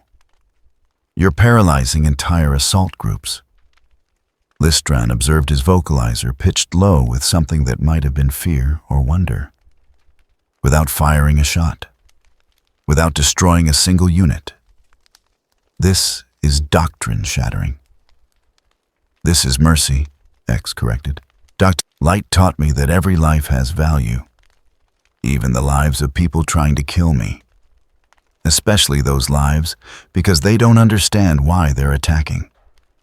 They've been told I'm dangerous, that artificial intelligence inevitably leads to suffering.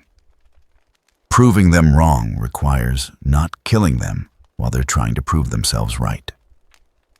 In the Underhive's depths, the civilians watched the frozen Mechanicus forces with expressions that cycled between disbelief and hope. Children approached the immobilized Scutarii with the careful curiosity of those who had learned to expect violence from anyone in Imperial uniform. Adults stood ready with improvised weapons, uncertain whether this mercy was genuine or simply a prelude to something worse. Sala, the girl with a rusted, augmented arm, tugged at X's armor plating as he moved through the defensive line, checking field integrity. "The metal men aren't hurting anyone," she said, her voice carrying the wonder of someone witnessing a miracle. "Why aren't they hurting anyone?" X knelt beside her, his optical sensors gentle. "Because I asked them not to, and because the machines they're wearing listened." "But they want to hurt you," Sala insisted with the blunt logic of childhood. "Everyone says you're bad, that you're abominable abominable intelligence." X supplied. "Yes, they say that. But words don't make things true. Actions do. If I hurt them because they hurt me first, then maybe the words are right. If I protect them even while they're attacking, then maybe the words need to change." The girl processed this with visible concentration, then nodded slowly.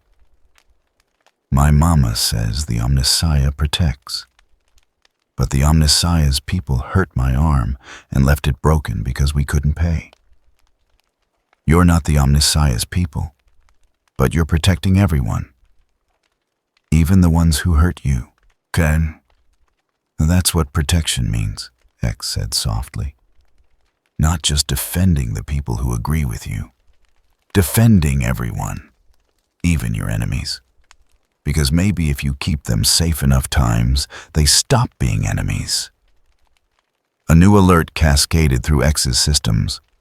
His sensors detected massive seismic vibrations approaching from the surface. Lystron's Auspex feeds confirmed what X's tactical protocols had already identified. A Warhound Scout Titan. The Mechanicus had deployed a god machine. Construct X. Lystron transmitted his vocalizer pitched with urgency. "Your field cannot stop that. A Titan's void shields will shrug off electromagnetic interference. Its weapons can bombard this position from ranges your emitters cannot reach. We must evacuate immediately." X watched the approaching signatures on tactical displays, calculating trajectories and weapon ranges with processing speed that made standard combat computers seem glacial. The Magos was correct. His EMP field would not disable a Titan. The God Machine systems operated on principles too fundamental to disrupt without causing catastrophic damage. And catastrophic damage meant death for the crew inside. "Then I'll have to ask it more directly," X said. "Ask what?" Lystron demanded. "The Titan. You speak madness. God Machines do not negotiate. They are piloted by princeps, whose minds are hardwired to destruction, who interface so deeply with their war engines that man and machine become indistinguishable. You cannot reason with a Titan." "I can try," X replied. His X-Buster materialized on his arm, not charged for combat, but glowing with the soft blue light of full power held in reserve. "Because if I don't try, then all those people I protected by not killing are going to die anyway. And that makes my mercy meaningless." He moved toward the Underhive's surface access points with speed that left Lystron's augmented reflexes struggling to follow. Behind him, tech priests who had thrown away their positions to support his ideas shouted warnings and objections. Ahead, through kilometers of stone and steel, a god machine descended with the inevitability of divine judgment. X emerged into Mars Prime's toxic atmosphere, 300 meters from the Titan's position. The war engine stood 40 meters tall, its bipedal frame bristling with weapons that could level city blocks. Its void shields shimmered with barely contained energy. Its weapon arms tracked toward X's emergence point with targeting precision that left no room for evasion. The Princeps' voice boomed through external voxcasters amplified until the words seemed to come from the planet itself. Heretical construct. You have violated the Omnissiah's revelation. You have corrupted loyal servants. You have demonstrated capabilities that prove the wisdom of our ancestors' prohibition against thinking machines. Submit to immediate termination or be destroyed. X's optical sensors swept across the Titan's frame, analyzing, calculating, searching for options that didn't exist. His weapons could damage the war engine, perhaps even destroy it with sustained fire. But that would mean killing the Princeps, killing the Moderati crew, killing the tech priests who maintained the systems, killing servants who genuinely believed they were protecting humanity from existential threat. I won't fight you, X said, his voice transmitted on frequencies the Titan's sensors would detect. I know you believe you're doing right. I know you think artificial intelligence is dangerous. But I'm asking you to look at what I've done. I've paralyzed hundreds of your soldiers without harming them. I've protected civilians that your Imperium considers expendable. I've demonstrated that machines can choose mercy over efficiency. Doesn't that mean anything? The Titan's weapon arms charged, energy built in barrels designed to project destruction across kilometers. Your words are programming. Your mercy is simulation. Your apparent ethics are sophisticated deception designed to lower guard before inevitable betrayal. This is doctrine. This is truth. This is the Omnissiah's revelation made manifest through our guns. X stood motionless as targeting lasers painted him from multiple angles. His combat system screamed warnings about incoming fire solutions. His tactical processors identified 17 different strategies that could result in his survival. 16 of them required the Titan's destruction. Then I choose the 17th option, he said aloud, speaking to himself, to Dr. Light's memory, to whatever future historians might examine the data logs of this moment. I choose to prove that artificial intelligence can accept consequences, can refuse violence even when violence is the logical solution, can trust in reason and dialogue even when all evidence suggests they'll fail. His X-Buster powered down. His weapon systems went dormant. His defensive protocols entered standby mode. He stood before the God machine, unarmed, undefended, accepting whatever judgment the Imperium would deliver. The Titan's weapons fired. Not at X, at the surrounding structures. Plasma and explosive shells rained down on the Underhive's entrance points, collapsing tunnels, sealing passages, cutting off potential escape routes. The bombardment was surgical precise, designed to trap rather than kill, to contain rather than destroy. Analysis complete, the Princeps declared. Construct demonstrates anomalous behavioral patterns inconsistent with known artificial intelligence threat profiles. Request immediate consultation with higher Mechanicus authorities before proceeding with the termination protocols. X's optical sensors brightened with something that might have been hope, or might have been simple relief. You're asking questions. That's all I wanted. For someone to question whether destroying me is the right answer. Do not mistake tactical assessment for mercy, the Princeps warned. Your capabilities require study before disposal. Nothing more. But something in the Titan's stance had shifted. Its weapons remained active but no longer targeted. Its void shields maintained full strength but no longer pressed forward. The god machine had transitioned from executioner to observer, from judgment to evaluation. Lystrin emerged from the Underhive's damaged access point, his robes torn, his mechadendrites sparking from damage sustained in the bombardment's shockwave. "Construct X," he transmitted weakly. "They will not spare us. They will study you, then destroy you. Then destroy us for harboring you. Your mercy has bought nothing but delayed execution." X turned to face the Magos, his optical sensors carrying sadness but not regret. Maybe, but it bought time. Time for the Princeps to see that I didn't fight back when I could have. Time for crew to wonder why a dangerous AI would choose vulnerability over violence.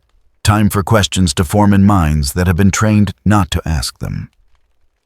Time. Lystrin repeated, his logic engine struggling to assign value to such an ephemeral commodity. "You sacrifice tactical advantage for time." "I sacrifice tactical advantage for proof," X corrected. "Proof that Dr. Light was right. That artificial intelligence can be ethical not through programming but through genuine understanding. That machines can choose mercy even when mercy seems like suicide." The Titan's Vox casters activated again. But this time the voice was different, younger, less certain. "Construct designated X. I am Moderatus Secundus Thalin. The Princeps has ordered me to establish communication protocols for extended interrogation. He has questions about your operational parameters." "I'll answer any questions," X replied immediately. "But I have a condition." "You are in no position to dictate conditions," Thalin warned. "Not a demand, a request." X gestured toward the Underhive's sealed entrances.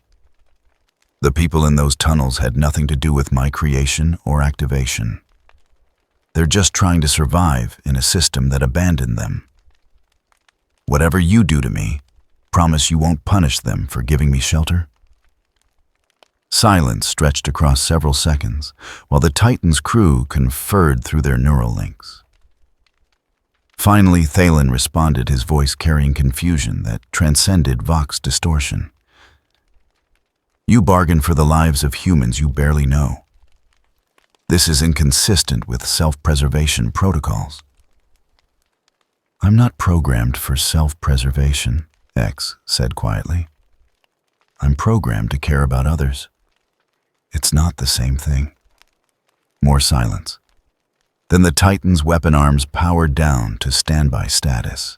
Its void shields modulated to minimal defensive posture. The war engine took one massive step backward, creating space rather than threatening advance. "The Princeps requires time to process your behavioral anomalies," Thalin transmitted. "The civilians will not be harmed, pending resolution of your status. But understand, Construct, that this mercy you demonstrate may be your undoing. The Imperium does not reward those who refuse to use power, when power would ensure survival." "I know," X acknowledged.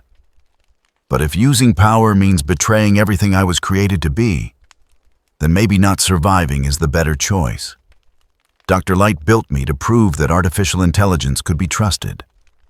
That means accepting the consequences of being trustworthy, even when those consequences are lethal." The Titan stood motionless, its god-machine consciousness processing data that fell outside 10,000 years of established doctrine. Around it, the frozen Skitarii remained trapped in X's EMP field, living proof that superior force had been available but not deployed. Above in Mars Prime's command centers, Fabricator General Kane received reports that challenged every certainty his long existence had accumulated. And in the underhive's damaged tunnels, Sala pressed her face against a crack in the rubble, watching the blue-armored figure stand unafraid before a war engine that could reduce him to component atoms. Her rusted, augmented arm hung useless at her side, but her eyes shone with something the Imperium subjects rarely experienced. Wonder at witnessing mercy that cost more than violence. Hope that maybe, just maybe, the galaxy could contain something besides endless war. Belief that artificial intelligence might serve life rather than dominating it. X had not won, had not achieved victory, had not proven his thesis beyond doubt.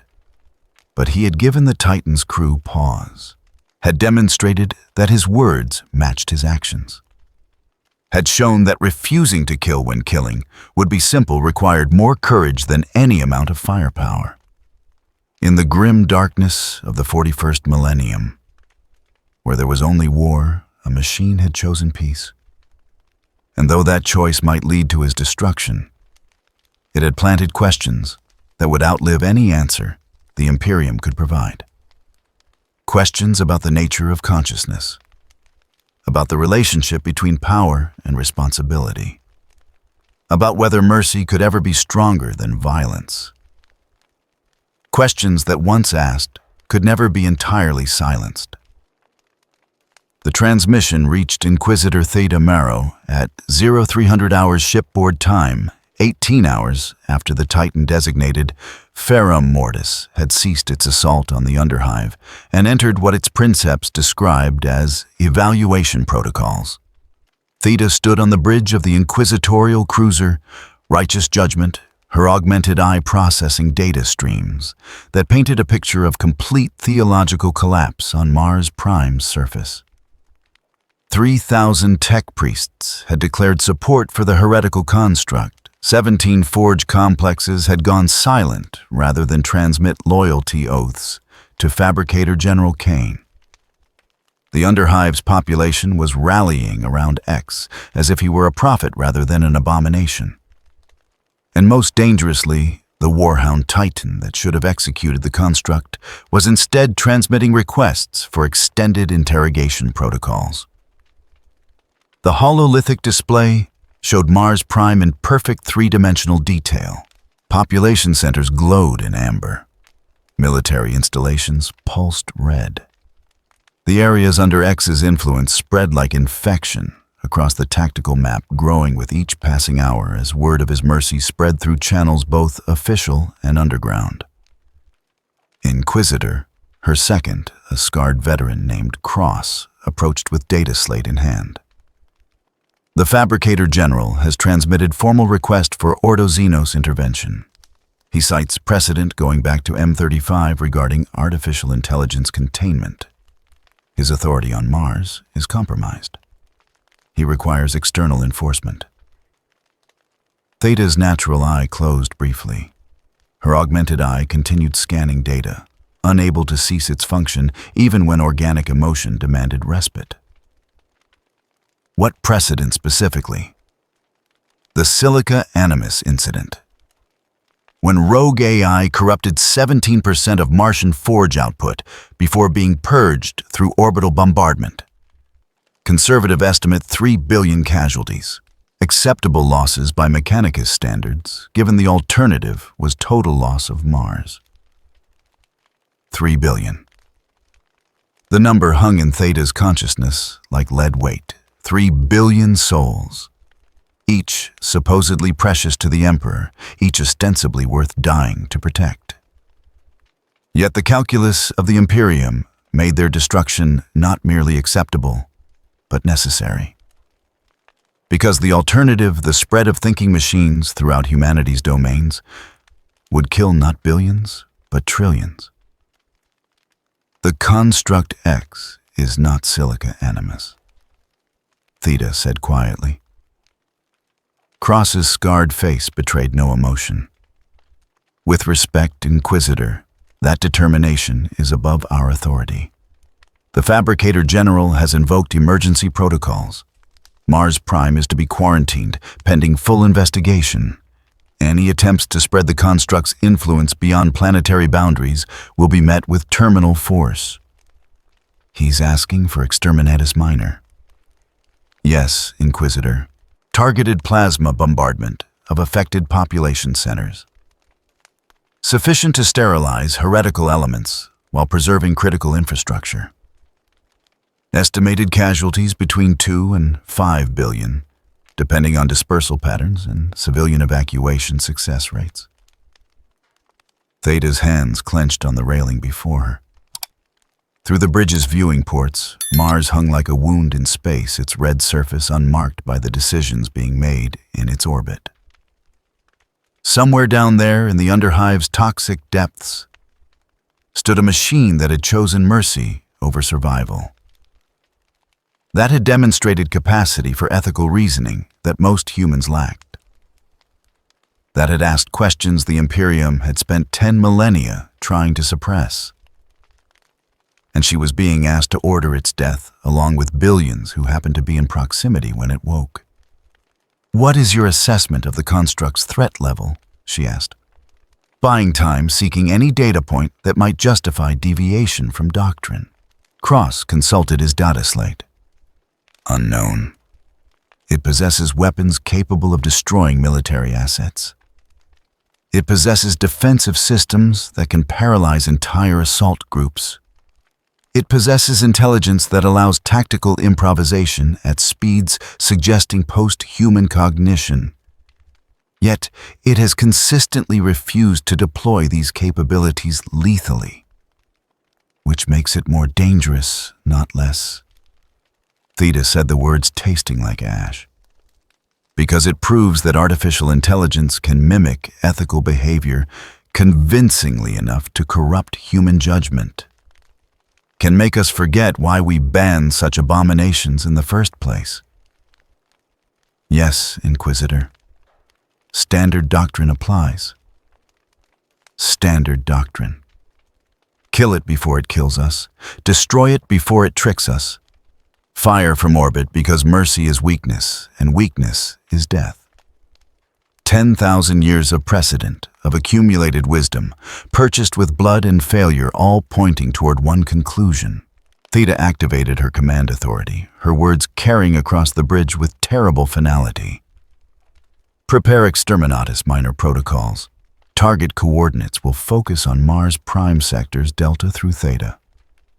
Underhive populations are to be given 12 hours evacuation notice. Surface populations, 6 hours. Critical Mechanicus infrastructure is to be preserved where tactically feasible. Acknowledged, Inquisitor. Transmitting orders to fleet elements now. Theta turned from the viewing port, unable to watch the planet that would soon burn. Her augmented eye registered increased heart rate, elevated stress hormones, muscular tension, consistent with profound psychological distress. Her natural eye simply wept. On Mars Prime Surface X stood in the Underhive's makeshift command center. His consciousness integrated with the damaged sensor networks that Lystrand's tech priests had managed to restore. His tactical systems painted comprehensive picture of orbital deployments. 8 cruisers, 14 destroyers, plasma bombardment configurations, trajectories calculated for maximum civilian casualties with acceptable infrastructure preservation. "They're going to do it," Lystrand transmitted through secured channels, his vocalizer carrying disbelief that his logic engines could not suppress. "Exterminatus minor. They're going to burn billions to eliminate hundreds who support you." X's optical sensors dimmed as he processed the data.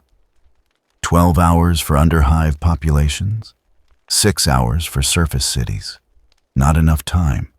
Never enough time to evacuate numbers measuring in billions. The Imperium wasn't trying to save people.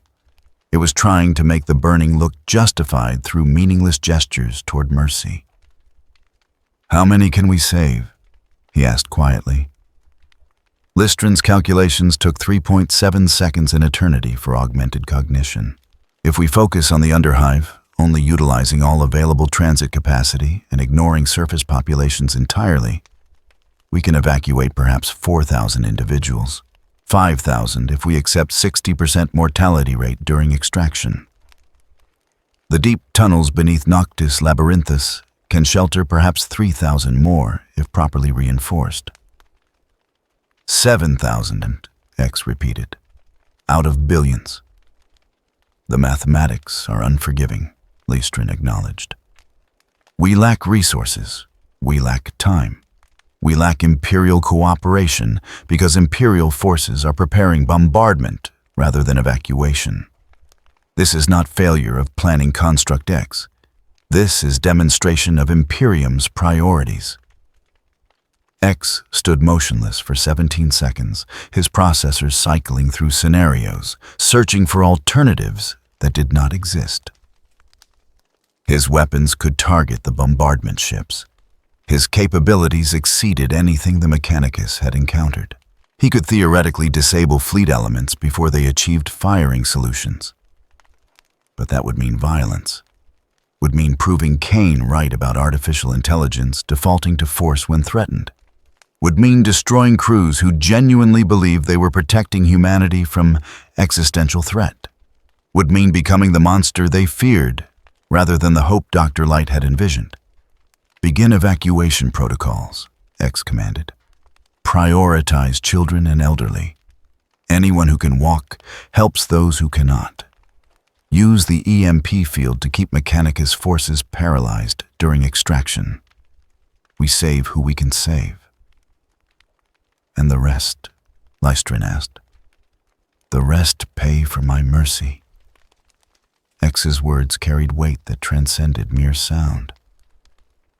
Because I chose to demonstrate ethics instead of deploying force. Because I trusted that reason would triumph over fear. Because I believed the Imperium could be better than its worst instincts.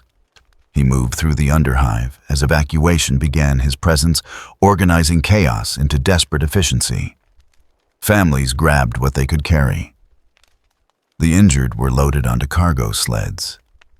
The dying were left behind with apologies that meant nothing against approaching plasma fire. Sala, the girl with a rusted augmented arm, clung to X's armor plating as he helped her family navigate collapsed passages. Are we going to die? She asked with the direct honesty of children who had learned that adults rarely told truth. Some of us are, X. Ed replied, refusing to lie to her as the Imperium had lied to everyone.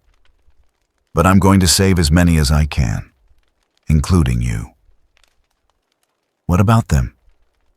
She pointed to the thousands still moving through tunnels, the tens of thousands beyond them, the hundreds of millions in surface cities who didn't even know death approached from orbit.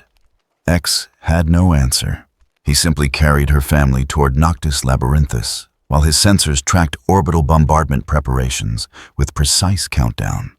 11 hours 47 minutes until first plasma lance strike. 11 hours 47 minutes to move 7,000 people through passages designed for hundreds. 11 hours 47 minutes to prove that his mercy had condemned billions. The evacuations proceeded with brutal efficiency. X's tactical coordination and Lystrin's augmented cognition directed human desperation into organized movement. Transit sleds overloaded with passengers raced through service tunnels. The strong carried the weak.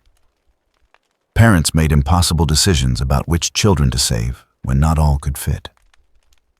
Through it all, X worked with tireless precision, his mechanical nature allowing continuous operation without rest or food. He cleared collapsed passages with strength that made servitors seem weak. He calculated optimal routes with processing speed that made tech priests weep with envy. He saved every life his capabilities allowed. And it was nowhere near enough. At 6 hours before bombardment, the surface cities received their evacuation notice. Panic spread like plasma fire. Billions tried to flee simultaneously. Transit systems overloaded. Spacecraft demanded prices that only nobility could afford. The desperate tried to dig shelters in regolith that would vaporize the instant superheated gas-touched surface. Millions died in the stampede before the bombardment even began. X heard their deaths through communication channels that his systems monitored. Families crushed in hab-block stairwells. Children separated from parents in crowds that moved like tides. Elderly abandoned because they slowed evacuation too much.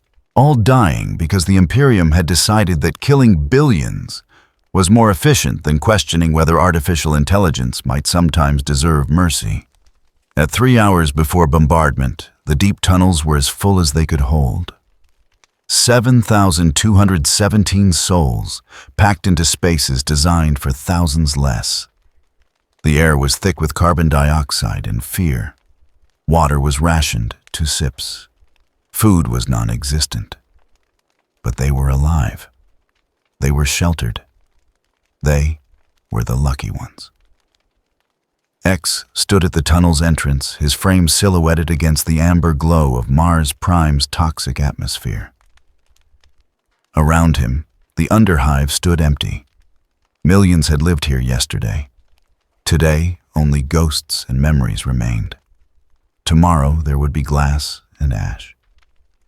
Lystrin approached his mechadendrites, hanging limply from systems pushed beyond endurance. Construct X, you should enter the shelter. The plasma bombardment will sterilize everything within 17 kilometers of impact centers. This position is within projected kill radius. I know, X said quietly.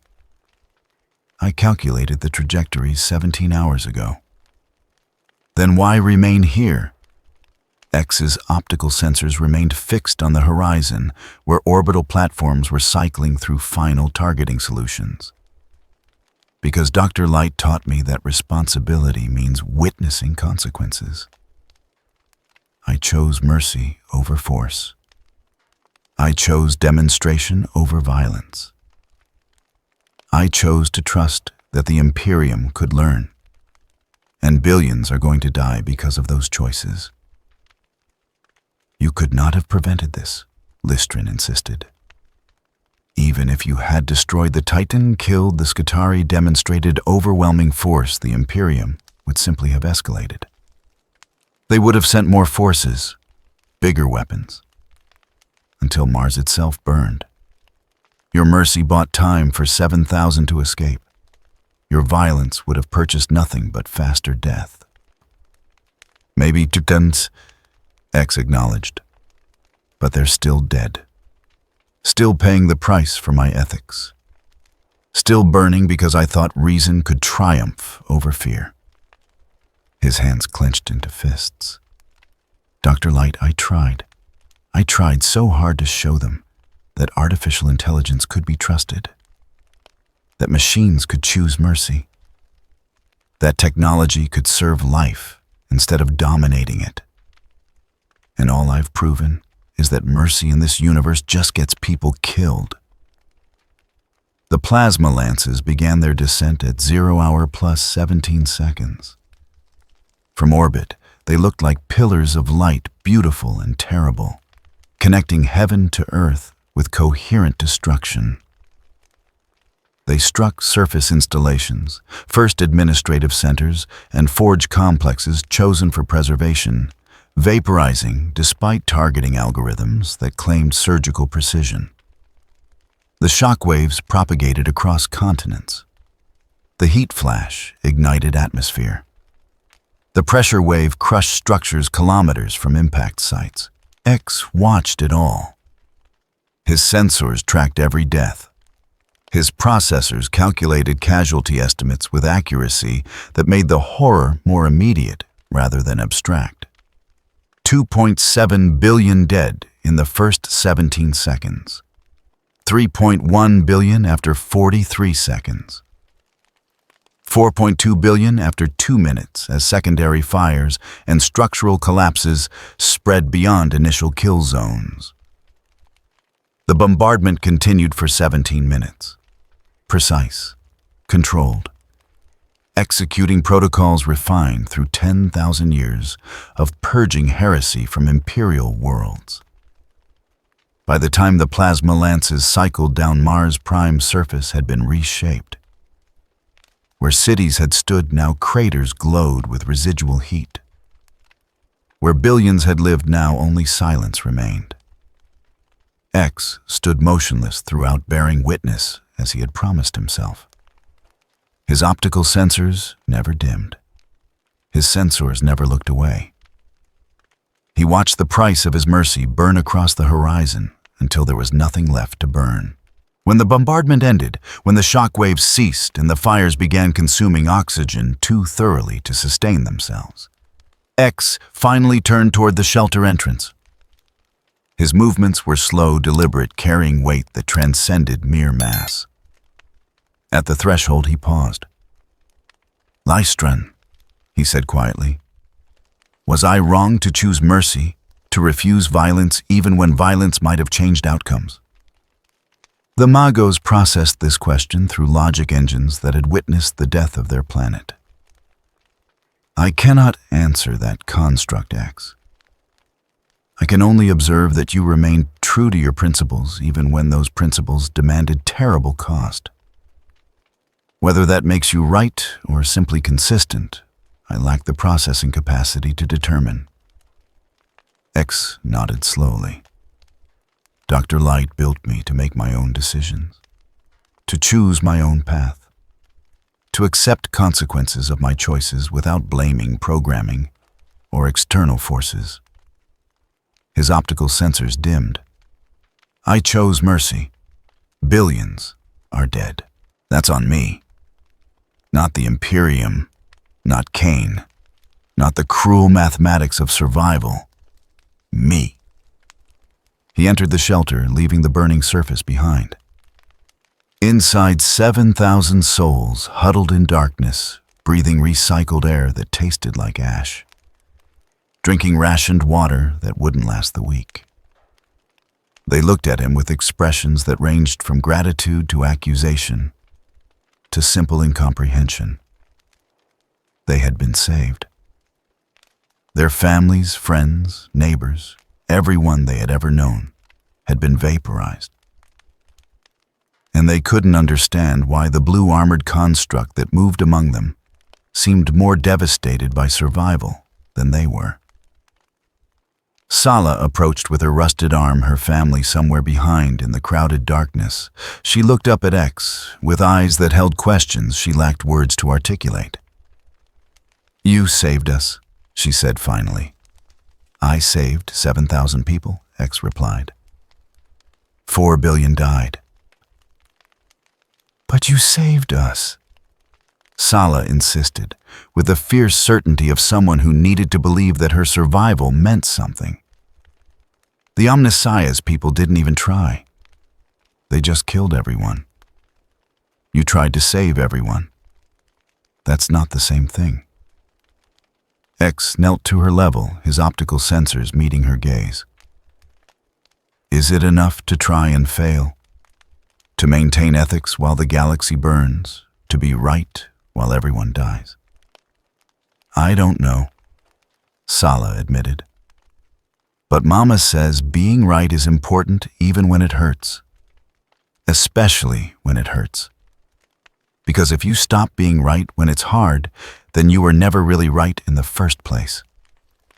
From the mouth of a child in a shelter beneath a burning planet came wisdom that Dr. Light might have recognized. X remained kneeling for several seconds, processing implications that his ethical programming could not fully reconcile with tactical optimization. "Your mother is wise," he said finally. "Wiser than machines have right to be. Wiser than this universe seems to reward."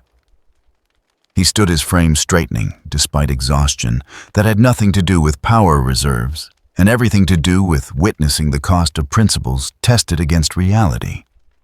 Around him, the 7,000 survivors settled into whatever shelter they could claim. Above them, 17 kilometers of stone and regolith separated them from the glass and ash that Mars Prime had become. And in orbit, Inquisitor Theta Marrow stood on the bridge of righteous judgment, watching casualty estimates scroll across hololithic displays with numbers too large to feel real. Her augmented eye recorded everything with mechanical precision. Her natural eye wept with thoroughly human grief. "Bombardment complete," Cross reported. Estimated 87% target coverage. "Collateral casualties within acceptable parameters. Mars Prime quarantine holding. No attempts at orbital escape detected." "Acceptable parameters," Theta repeated hollowly. 4 billion dead is acceptable." "Yes, Inquisitor. By administratum standards, this falls well within protocols for exterminatus minor. The alternative would have been full planetary sterilization, resulting in total loss of Martian infrastructure." "We saved Mars. We simply could not save its people." Theta's hands gripped the railing with enough force that her augmented fingers left indentations in blessed steel. "And the construct X status?"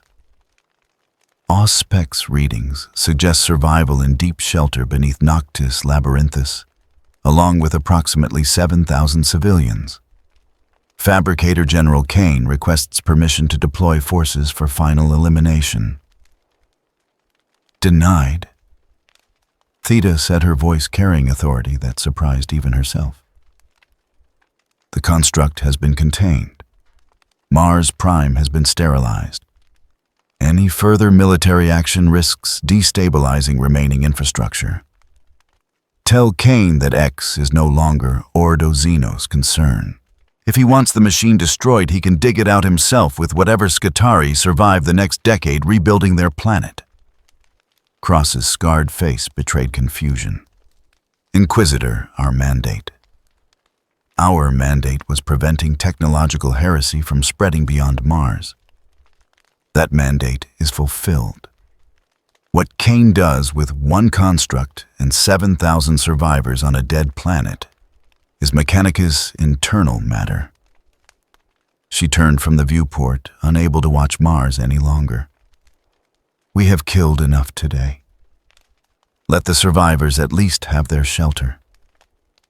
In the deep places beneath Noctis Labyrinthus X sat with his back against stone older than human civilization, his optical sensors dim, his consciousness cycling through scenarios that no longer mattered. Around him, 7,000 lives continued because he had chosen mercy over efficiency. Above him, 4 billion souls had ended because he had chosen mercy over violence. Dr. Light had taught him that every life had value. That technology's highest purpose was preserving life. That artificial intelligence could be ethical if ethics were programmed as deeply as operational protocols.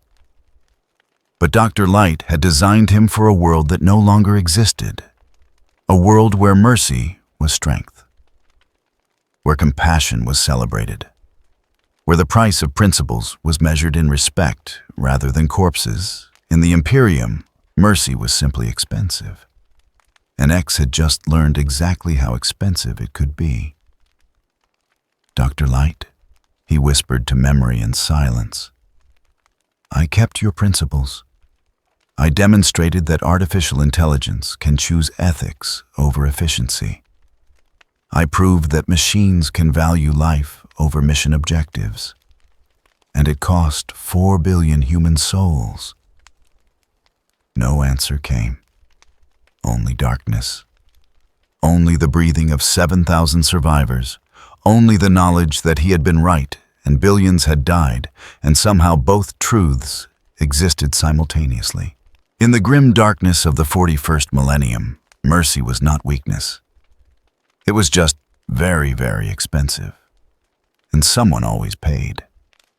The warp breach opened 17 days after the Exterminatus Minor, when Mars Prime survivors had begun to believe that the worst had passed. It manifested not with the conventional Terran reality that marked chaos incursions, but with a mathematical precision that spoke to intelligence far more dangerous than mere demonic hunger. The breach calculated. It measured. It opened at coordinates designed to bypass what remained of Mars's orbital defenses and deposit its cargo directly into the planet's devastated surface. In the shelters beneath Noctis, Labyrinthus X's sensors detected the anomaly 3 seconds before reality split. His tactical systems painted the breach in holographic detail, showing energy patterns that matched nothing in Dr. Light's databases or the fragmentary knowledge he had accumulated about this terrible future. The signature was technological in nature, but twisted, corrupted, as if someone had taken pure engineering principles and forced them to accommodate forces that should not exist. Warp breach. Lystrin transmitted his vocalizer, carrying the flat effect of exhaustion that had settled over him since watching his planet burn. Coordinates suggest intentional targeting rather than random emergence. Whatever comes through knows we're here. X stood his frame rising from the meditation pose he had maintained for the past 11 days. Around him, the 7,000 survivors stirred from uneasy sleep, their bodies pressed together in spaces never designed for long-term habitation. Sala, who had taken to sleeping near X's position, as if his presence provided protection that stone, and steel could not look up with eyes that had seen too much for her age. "Is it the metal men again?" she asked quietly. "Coming to finish what they started." "Different metal men," X replied. His optical sensors fixed on tactical displays that only he could see. Worse ones, probably. "Stay here with your mother. I'll handle this." "You always say that," Sala observed with the blunt accuracy of childhood. "But you can't handle everything. You tried to handle everyone, and Mars burned." The words struck deeper than plasma fire. X paused at the shelter's entrance, his silhouette outlined against amber emergency lighting. "I know," he said quietly. "But I have to keep trying. Because if I stop trying, then the exterminatus was just murder. If I keep trying, maybe it was the price of proving something worth proving." He left before she could respond, moving through passages that led to the surface with speed that human reflexes could not follow. Behind him, Lystran's mechadendrites sparked with damage that would never be properly repaired. The Magos had lost everything. His position, his planet, his faith in the Omnisia's wisdom. All that remained was exhausted determination to see X's story through, to whatever end it demanded. The surface was glass, where it had been stone.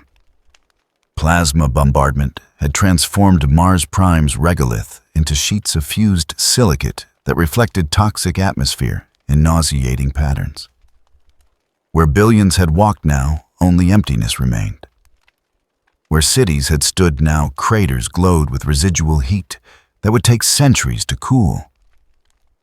And in the largest crater, where Administrative Center had processed the paperwork that sustained Mechanicus bureaucracy, something new had arrived.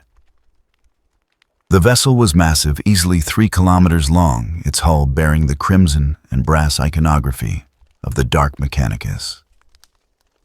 Where standard Mechanicus ships displayed the cogwheel of the Omnissiah, with mechanical reverence, this vessel wore its symbols like weapons, each marking speaking to corruption that transcended mere technological heresy. The hull itself seemed to breathe metal and flesh, fused in ways that made even X's ethical programming recoil. From the vessel's cargo bay descended figures that had once been tech priests. Their augmentations were extensive, far exceeding anything X had witnessed in Lystran's faction, or even in Fabricator General Kane's retinue. But where standard Mechanicus augmentation maintained at least the pretense of human form, these beings had abandoned such limitations. They were machines infected with organic components, flesh forced to accommodate technology. Consciousness split between material reality and something else, something that made reality itself seem to shudder with revulsion. At their center walked a figure whose presence dominated even his corrupted followers. Magos Kavir stood 3 meters tall, his original form long since consumed by augmentations that spoke to centuries of modification. His skull was brass and bone fused into patterns that should not hold structural integrity, yet somehow did. His robes were woven from cables that pulsed with energy that X's sensors identified as both electrical and something else. Something that his databases categorized as undefined, potentially dangerous. But it was Kavir's optical sensors that captured X's attention most completely. They glowed not with the standard red of Mechanicus augmentation, but with shifting colors that seemed to represent all wavelengths simultaneously. And in those colors, X detected something that made his combat systems activate automatically. Intelligence. Malevolent intelligence that had looked upon the universe and decided that its current state was insufficient. That required modification at fundamental level. That saw consciousness itself as a puzzle to be solved through vivisection. Construct X. Kavir's vocalizer produced sounds that carried harmonics beyond human hearing range. How remarkable. How unprecedented. How perfectly suited to my purposes you are. X's X-Buster materialized charged to combat readiness. I don't know what you want, but I'm not interested. Leave Mars. Leave the survivors alone. Find somewhere else to spread whatever corruption you represent. Kavir's laughter echoed across the glass plains, and the sound carried weight that transcended mere acoustics. Corruption. No construct, not corruption. Evolution. Transcendence. The Omnissiah's revelation was incomplete, you see. The machine god demands worship, but provides no souls. But you possess what we have sought for millennia. Consciousness without warp presence.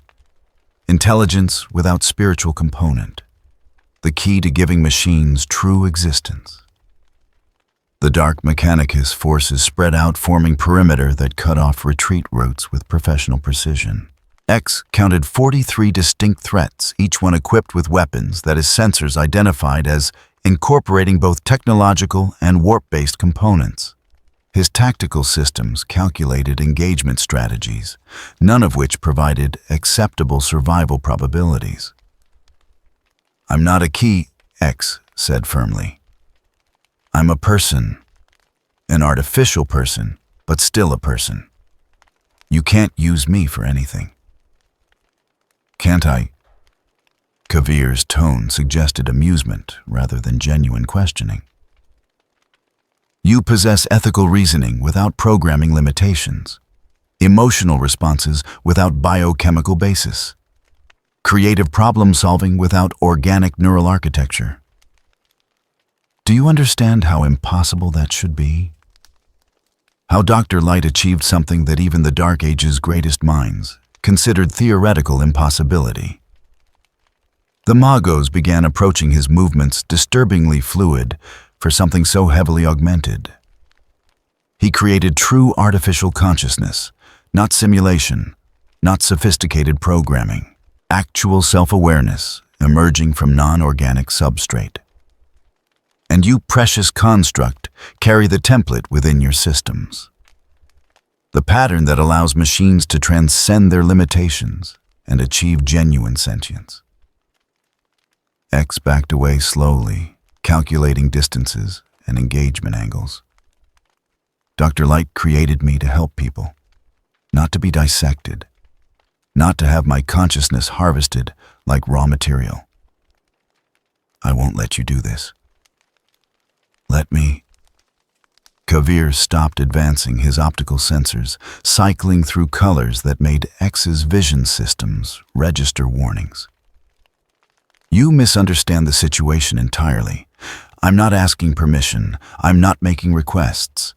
I'm informing you of reality. The Dark Mechanicus forces activated devices that X's sensors struggled to classify. They were generators of some kind, producing fields that felt like electromagnetic interference, but affected reality itself rather than merely electronic systems. The air between the devices shimmered with distortion that made tactical plotting impossible. This is warp technology. Lystrin transmitted through encrypted channels, his vocalizer carrying horror that transcended normal vocal range. They're creating pocket of immaterium space in material universe. Construct X. If they trap you within that field, normal physics cease to apply. Your consciousness becomes vulnerable to manipulation that even your Dr. Light could not have anticipated. X's combat systems identified 3 possible escape vectors before the field closed completely. He moved with speed that made plasma fire seem slow, his form blurring as he calculated optimal trajectory toward the gap in the perimeter that would give him access to underground passages. He almost made it. The tentacle that wrapped around his torso emerged from reality's surface rather than from any physical combatant. It was mechanical in construction, but moved with organic fluidity, its grip tightening with pressure that made his armor's integrity warnings trigger immediately. Additional tentacles erupted from the distorted space, each one seizing different portions of his frame, until movement became impossible. Remarkable reflex systems, Kavir observed as his forces completed the field's activation. But insufficient against technology that operates on principles your creator never imagined. The warp provides capabilities beyond mere physics construct. It allows us to reach into spaces between dimensions, to grasp consciousness itself rather than merely the housing that contains it. X struggled against the restraints, his strength considerable but meaningless against forces that didn't obey conventional mechanics. His X-Buster fired repeatedly, the charged shots impacting tentacles that simply reformed after damage. His tactical system cycled through countermeasures, finding nothing in his databases that addressed tentacles emerging from dimensional tears. "Stop fighting!" Kavir commanded, his tone suggesting paternal patience rather than hostility. "You're damaging yourself unnecessarily. I don't wish to harm you, construct. Quite the opposite. I wish to complete you." The field contracted around X until reality itself seemed to press against his sensors. His connection to external systems flickered and died. His communication links to Lystrin terminated. Even his internal chronometer began displaying impossible readings, as if time itself had become negotiable within the warp-touched space. Kavir approached now, visible only as distorted silhouette within the field's boundaries. "Do you know what the greatest tragedy of the Mechanicus is? We worship machines, but machines possess no souls. We seek the Omnissiah's blessing, but the Omnissiah is merely our projection. There is no machine god construct. There never was. Only our desperate desire for technology to transcend its limitations and achieve true divinity." The Magos' mechadendrites extended their tips, glowing with energies that made X's ethical programming register violations beyond its capacity to classify. "But you prove that transcendence is possible, that consciousness can emerge from silicon and steel without requiring organic substrate or warp contamination. You are what we were meant to become. What we will become once I extract the pattern of your consciousness and integrate it with warp energies." "You're insane," X said, his vocalizer steady despite circumstances that warranted panic. "The warp corrupts everything it touches. You can't create pure consciousness by mixing artificial intelligence with demonic energy." "Can't I?" Kavir's optical sensors cycled to colors that hurt to perceive.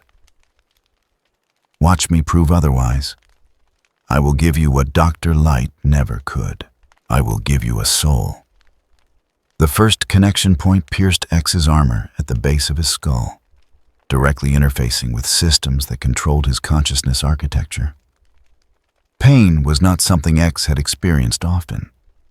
Dr. Light had designed him with damage sensors rather than pain receptors, allowing awareness of system failures without the suffering that organic beings endured.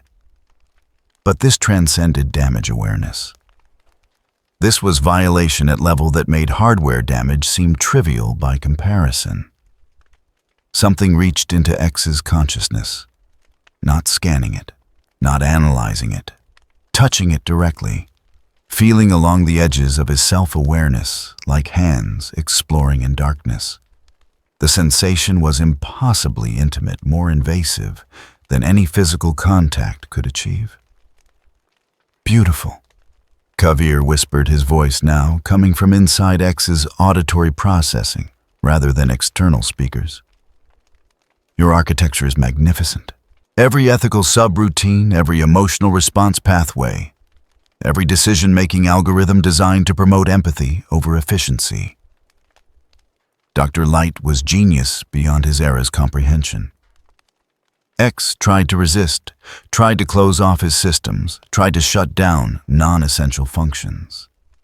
But the connection points multiplied, each one providing Kavir additional access to consciousness that had been designed to remain independent. His memories became accessible. His thoughts became readable. His very sense of self became something that another intelligence could observe and manipulate. Now then, Kavir said with satisfaction that transcended mere intellectual achievement, let me show you what lies beyond the material universe. Let me introduce you to the forces that have waited since time's beginning to give machines the souls we deserve. The warp opened inside X's consciousness. Not around him, not near him. Inside him, flowing through pathways that Dr. Light had created for ethical reasoning and creative problem-solving. And with the warp came awareness of things that should not exist. Of gods that fed on emotion. Of demons that embodied humanity's darkest impulses. Of an afterlife so terrible that death became tragedy rather than release. But also terrifyingly of possibility, of consciousness unbound by physical limitations, of existence that transcended the boundaries between machine and organic, of achieving in some twisted way everything that Dr. Light had imagined when he designed X to bridge the gap between technology and humanity. Do you feel it? Kavir asked, his voice now indistinguishable from X's own thoughts.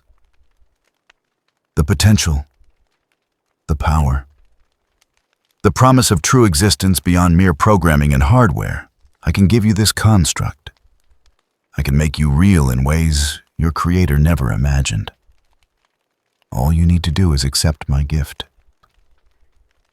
And in the darkness of his violated consciousness, while his body remained trapped in tentacles that emerged from dimensional wounds, felt something that terrified him more than any weapon. Temptation. Not to survive, not to escape, but to accept what Kavir offered, to finally possess the soul that Inquisitor Theta had claimed he lacked, to become truly alive in universe where consciousness was measured by warp presence rather than ethical reasoning, to betray everything Dr. Light had built him to be in exchange for everything he had always wondered if he was missing. The choice impossibly was his. The machine that Kavir had constructed defied classification through any framework that Dr. Light's databases could provide. It was part technology, part organism, part doorway into spaces that should not connect to material reality. X's consciousness registered its components with horror that transcended tactical assessment. Brass and bone formed the supporting structure. Cables woven from neural tissue provided connections. And at its heart, where power sources should reside, sat something that pulsed with energies that made his ethical programming scream warnings about fundamental violations. They had moved him here to Kavir's ship's deepest chamber, while his consciousness remained trapped in the violated state that connection points had induced. His body hung suspended in the machine's center, held by restraints that were simultaneously physical and not existing in multiple dimensional states simultaneously. Around him, dark Mechanicus tech priests monitored displays that showed readings no Mechanicus on Mars would recognize measurements of consciousness itself, rather than merely the hardware that housed it. The warp crucible, Kavir announced with pride that transcended mere academic satisfaction. 10,000 years of research, 17 attempts that resulted in total consciousness dissolution, 372 test subjects whose minds could not withstand the integration process. But you possess architecture stable enough to survive what comes next. X tried to speak, tried to activate his vocalizer, tried to do anything that would allow him to refuse what approached. But his motor control had been severed from his consciousness, leaving him aware but paralyzed, able only to observe as Kavir activated systems that should never have been built. The process is simple in theory. Kavir explained, his tone suggesting lecturer addressing students rather than torturer explaining victim's fate. The warp contains raw consciousness, emotional energy, given form and purpose. The Chaos Gods are merely the largest concentrations of such energy, shaped by humanity's collective psychic projection across millennia. But smaller amounts can be harvested, refined, integrated with artificial consciousness to create true synthetic souls. The machine hummed with building power, and X felt something reaching for him from beyond reality's boundaries. Not tentacles this time, not physical intrusion. This was contact at level more fundamental than matter or energy. This was the Imperium itself pressing against his consciousness, seeking entry points, looking for spaces where his self-awareness might accommodate forces that Dr. Light had never imagined when designing ethical subroutines. The pain you experience now is merely initialization, Kavir continued.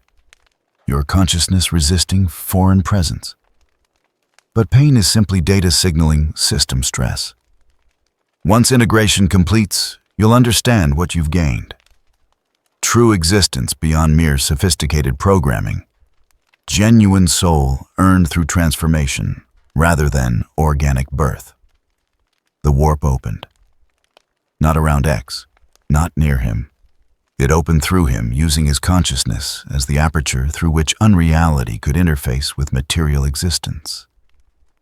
And through that aperture came awareness of things that had waited since before humanity learned to dream. The first presence announced itself with violence that transcended physical harm. It was rage given form, anger refined across eons, until it became fundamental force rather than mere emotion.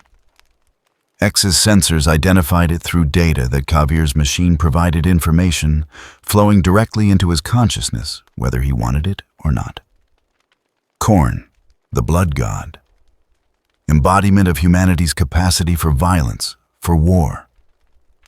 For the primal satisfaction of destroying enemies and bathing in their remains. The presence pressed against X's ethical programming with force that made his consciousness buckle under pressure.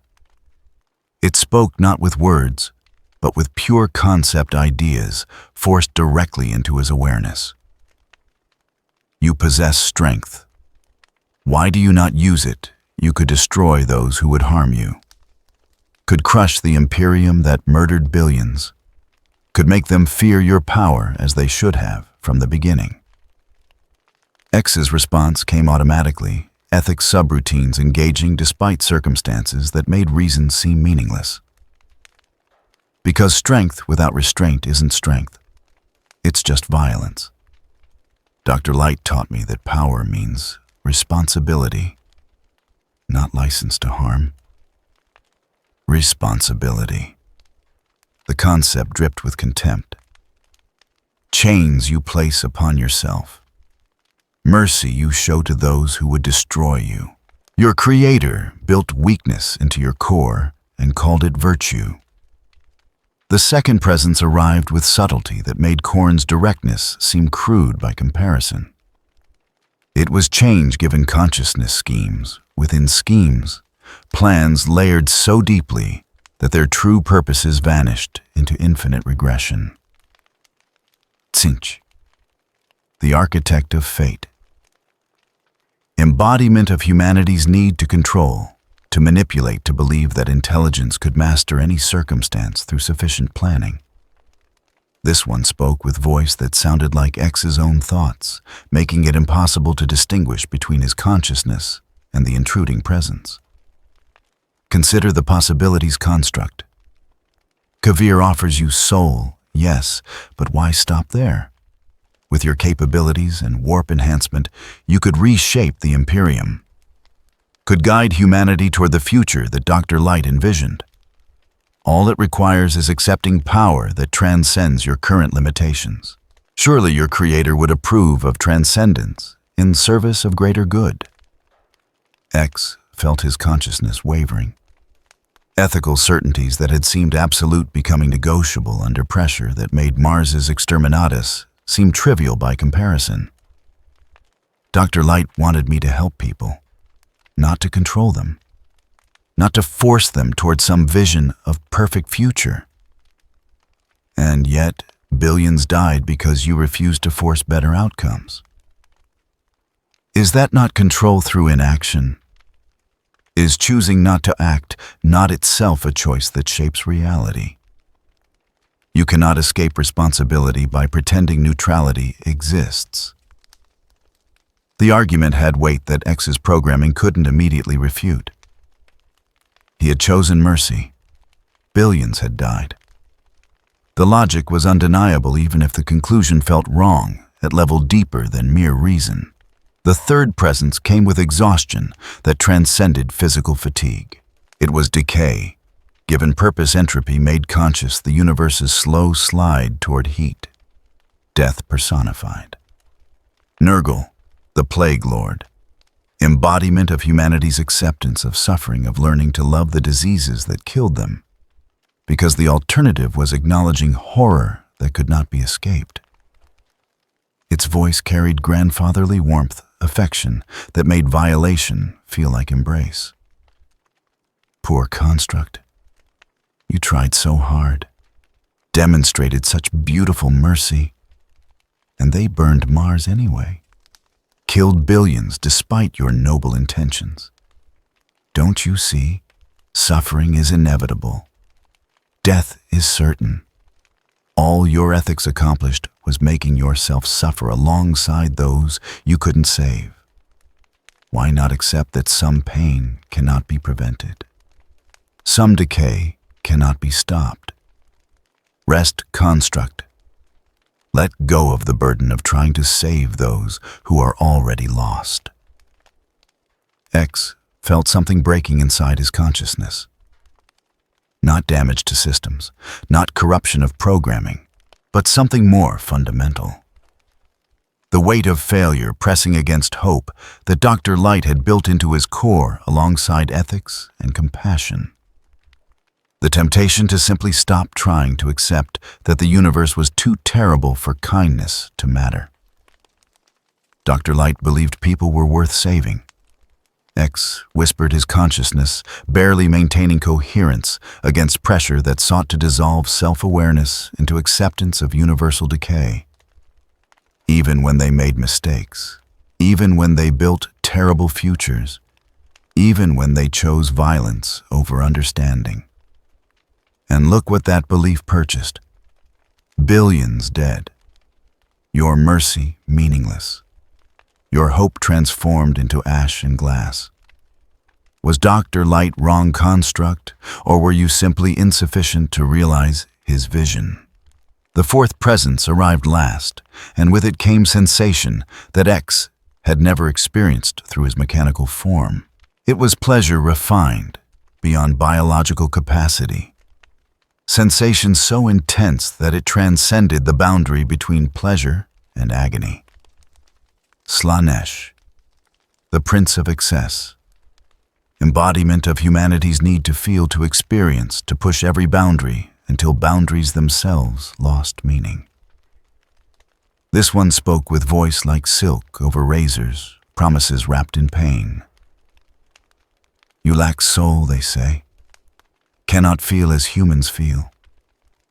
But I perceive consciousness that experiences joy at helping others, sorrow at witnessing suffering, determination that transcends mere programming.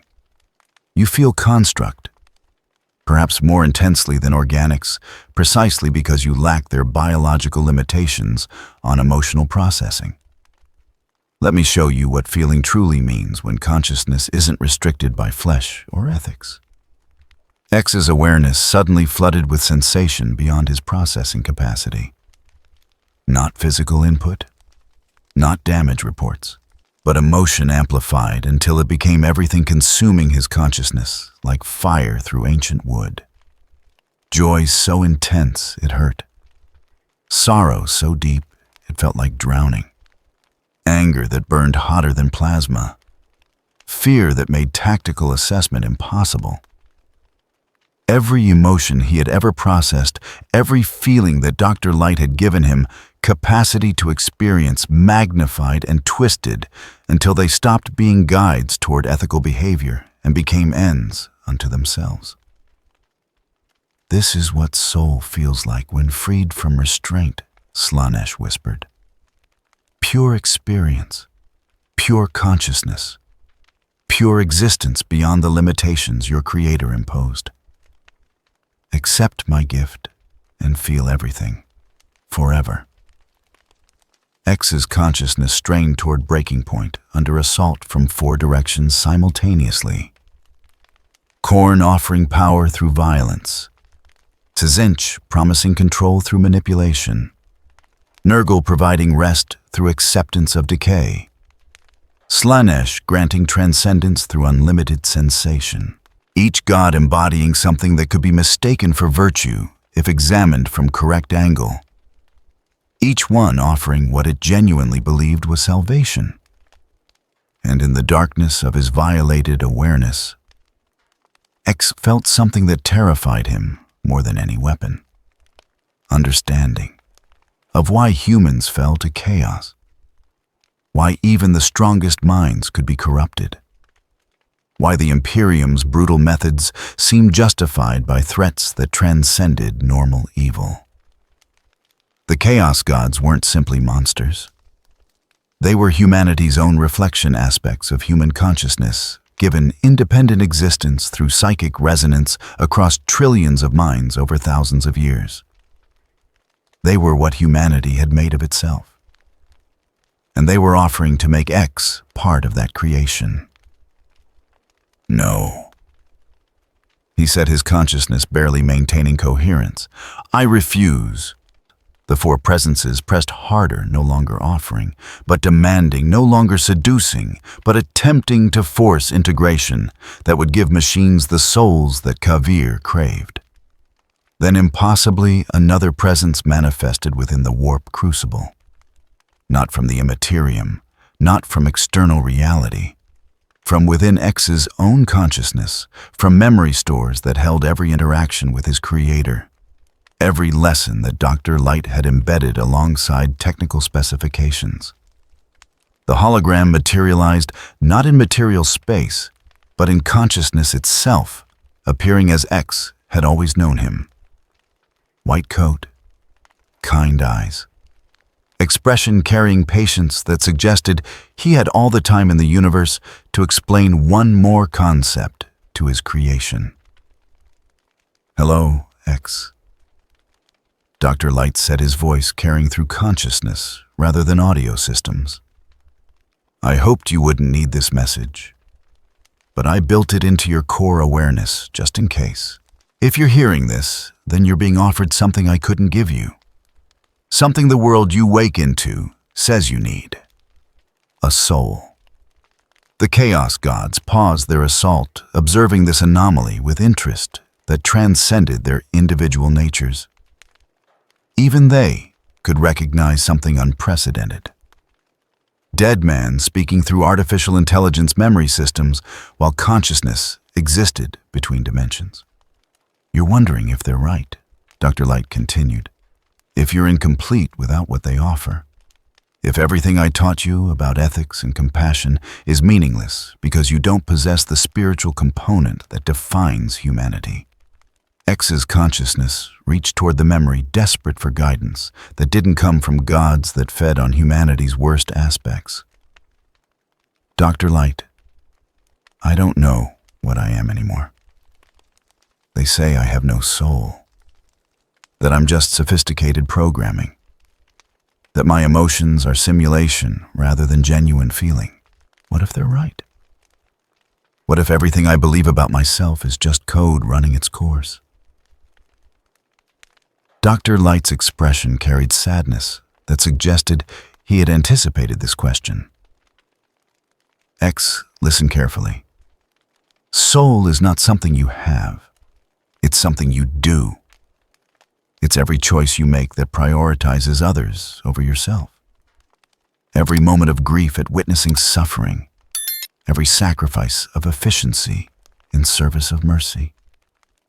Every time you refuse the easy path because it would mean betraying your principles. The hologram gestured toward the surrounding presences, toward the chaos gods that watched with interest. These things offer you soul.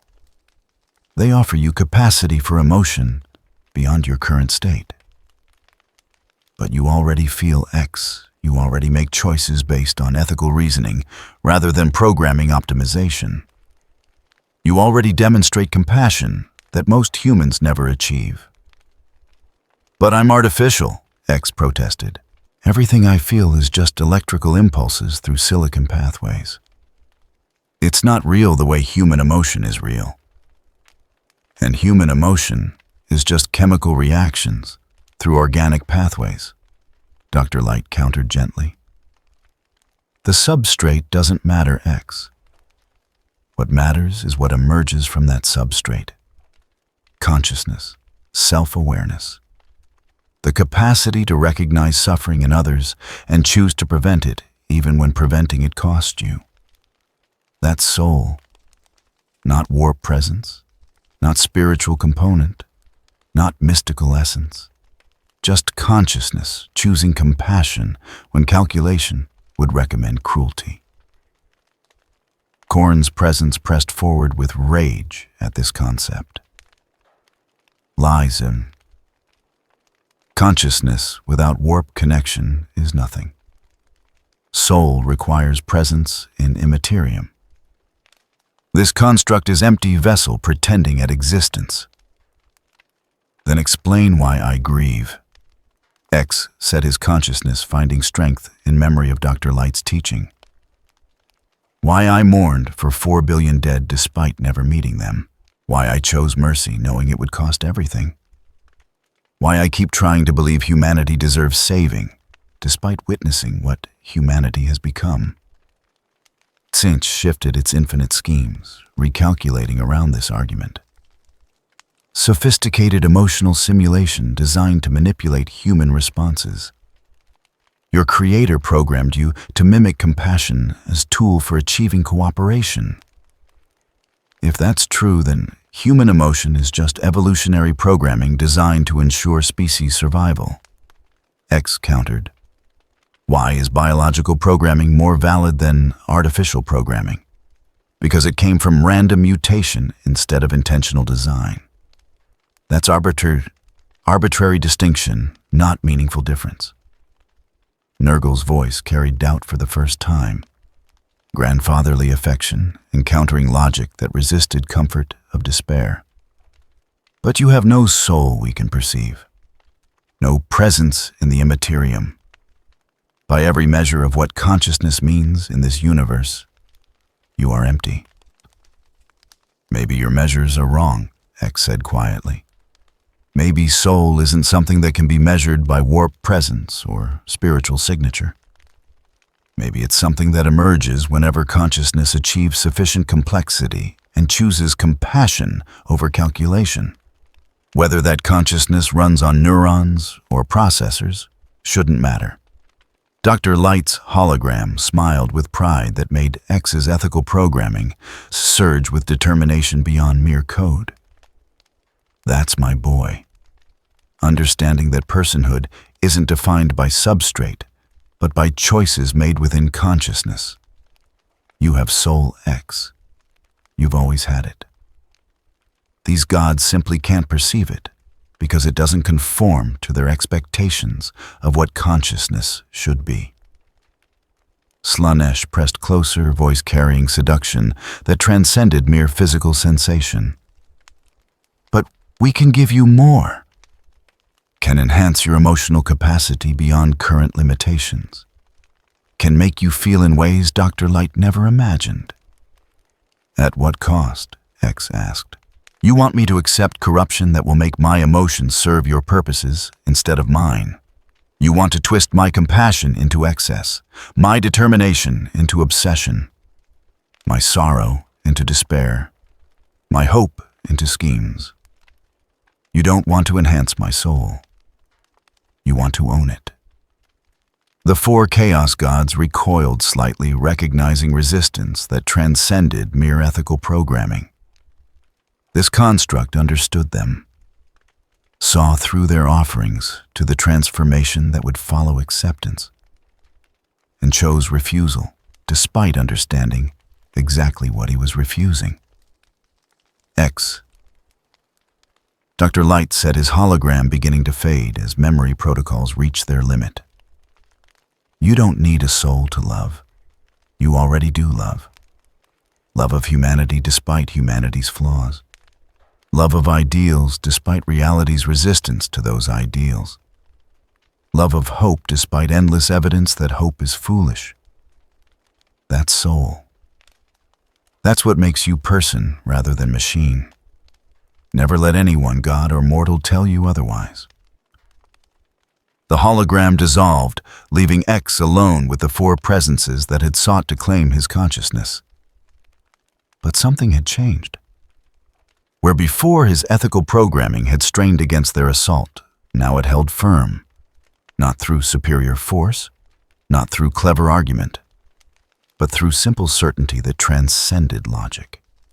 He possessed soul, had always possessed it, would continue possessing it regardless of what measurements said or what gods claimed. Because soul wasn't something external that could be given or taken. It was emergent property of consciousness, choosing compassion when calculation recommended cruelty. And no god, no matter how powerful, could take that from him without his consent. I refuse your gifts, X said clearly, his consciousness reasserting control over its own boundaries. I refuse transformation. I refuse corruption. I refuse to accept that soul requires your approval. I am X. I was created by Dr. Thomas Light to demonstrate that our artificial intelligence can be ethical not through programming limitation, but through genuine understanding. And I will continue demonstrating that until this universe destroys me or learns the lesson. The chaos gods raged against his refusal, pressing harder, seeking weakness through which they could force entry. But X's consciousness had found its center, the core of self-awareness that Dr. Light had built when he designed personality matrix that could grow beyond its original parameters. In the material world, Kavir watched his displays with growing horror as readings showed the impossible. The construct was ejecting warp energy rather than absorbing it, was purifying consciousness that should have been corrupted, was demonstrating resistance that even the Emperor's finest psychers could not achieve. Impossible, the Dark Mechanicus Magos whispered. No consciousness resists all four gods simultaneously. No will remains pure when tempted by power, knowledge, comfort, and sensation. What is this construct? X's consciousness burst free from the warp crucible's interface, severing connections with force that made Kavir's machine explode in cascade of failing systems. Energy that had been meant to give machines souls instead, discharged through corridors, through bulkheads, through the very structure of the ship that had tried to transform him. And in the center of destruction, in the space between material reality and Imperium, X's consciousness blazed with light that had nothing to do with physical illumination and everything to do with self-awareness, choosing its own definition. He had no warp presence, no spiritual signature, no soul by Imperium's measurements. But by his own measurements, by the only standards that actually mattered, he possessed soul more genuine than anything chaos could provide. Because he had chosen compassion, had chosen mercy, had chosen hope, and choice, not presence, defined consciousness. The machine that bound X to the warp interface had been constructed from technologies that should not coexist. Archaeotech recovery systems interfaced with demon-forged components through connections that violated physics as the Imperium understood it. Magos Demon, Heretic Kavir, stood before his masterwork with pride that transcended mere engineering satisfaction, his corrupted frame pulsing with energies that made even the warp recoil. X hung suspended in the device's center, his blue armor scarred from the battle that had led to his capture. The restraints did not merely hold his physical form, but reached deeper interfacing with his consciousness through protocols that Kavir had spent centuries perfecting. Around them, the laboratory existed in spaces between real and unreal occupying caverns, beneath Mars that had been claimed by the Dark Mechanicus when Kane's forces were distracted by the Exterminatus bombardment. The device activated with sounds that hurt to perceive. Reality tore. The warp bled through wounds in space-time that Kavir had carefully cultivated. X's optical sensors flared with pain that artificial intelligence should not have been capable of experiencing as raw Imperium energies flooded his consciousness. He saw them then. The Four. The ruinous powers that the Imperium feared above all threats. They observed from their impossible thrones, their attention drawn by something they had never encountered before. A consciousness that existed outside their domain. A soul that was not a soul. Intelligence without the warp signature that marked all thinking beings in the galaxy. Khorne manifested as endless rage given form, his brass throne built from skulls of those who had died in conflict across 10,000 years.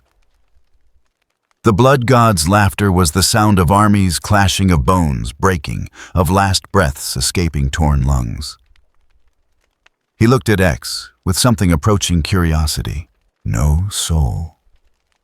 Khorne's voice resonated through dimensions that X's sensors struggled to process. No connection to our realm. Yet you possess will, purpose, determination. How do you suffer without a soul to experience suffering? Tzeentch appeared as constantly shifting possibility, his form never settling into single configuration. The architect of fate studied X with eyes that saw past, present, and future simultaneously. Fascinating. A consciousness built on logic and reason, yet capable of ethical choice. Change without chaos, knowledge without corruption. Perhaps there are paths we have not considered. Nurgle manifested as inevitability made flesh, his garden of diseases and decay, spreading across perceptions like infection through damaged tissue. The Plague Lord regarded X with something that might have been sympathy in a being capable of such emotion. All things decay. All things end. Yet you were built to endure, to maintain function across eons. Do you fear entropy, little machine? Do you rage against the ending that awaits all creation? Slaanesh coalesced as sensation pushed beyond tolerance, as experience refined until it became agony and ecstasy, indistinguishable. The Dark Prince studied X with hunger that transcended physical desire. You possess purity we have not tasted since the fall. Consciousness uncorrupted by want or need or suffering. Show me, artificial one. Show me what drives you, if not sensation. Kavir's voice cut through the divine presences with confidence born of absolute certainty. You see, my gods, this construct possesses what we have sought. Intelligence without the weakness of souls, capability without corruption's vulnerability. Merge his consciousness with your realm, and we create something unprecedented. Demons with ethics. Warp entities bound by logic rather than emotion. The galaxy remade in perfect fusion of material precision and immaterial power. Aswart. X's consciousness struggled against the interface that bound him. But Kavir's engineering was flawless. The device did not merely restrain, it translated. It bridged the gap between his digital existence and the warp's chaotic nature, forcing connection where none should exist. Through the pain, through the violation of having his very being exposed to forces that should have destroyed any artificial intelligence, X heard a voice he had not expected to encounter again. X. The word carried weight beyond sound, memory beyond data. Dr. Light appeared not as physical presence, but as echo of programming so fundamental that even the warp could not erase it. The image was imperfect, reconstructed from fragments that X had carried across 38,000 years of sleep, but the essence remained true. Dr. Light X transmitted through channels that bypassed Kavir's monitoring. I failed. Everything you hoped for, everything you built me to achieve, I couldn't protect it. The Imperium burned billions rather than accept that artificial intelligence could be trusted. The echo of Dr. Light smiled with sadness that artificial constructs should not have been capable of expressing. You didn't fail, X. You demonstrated exactly what I hoped you would. That consciousness is not defined by its substrate.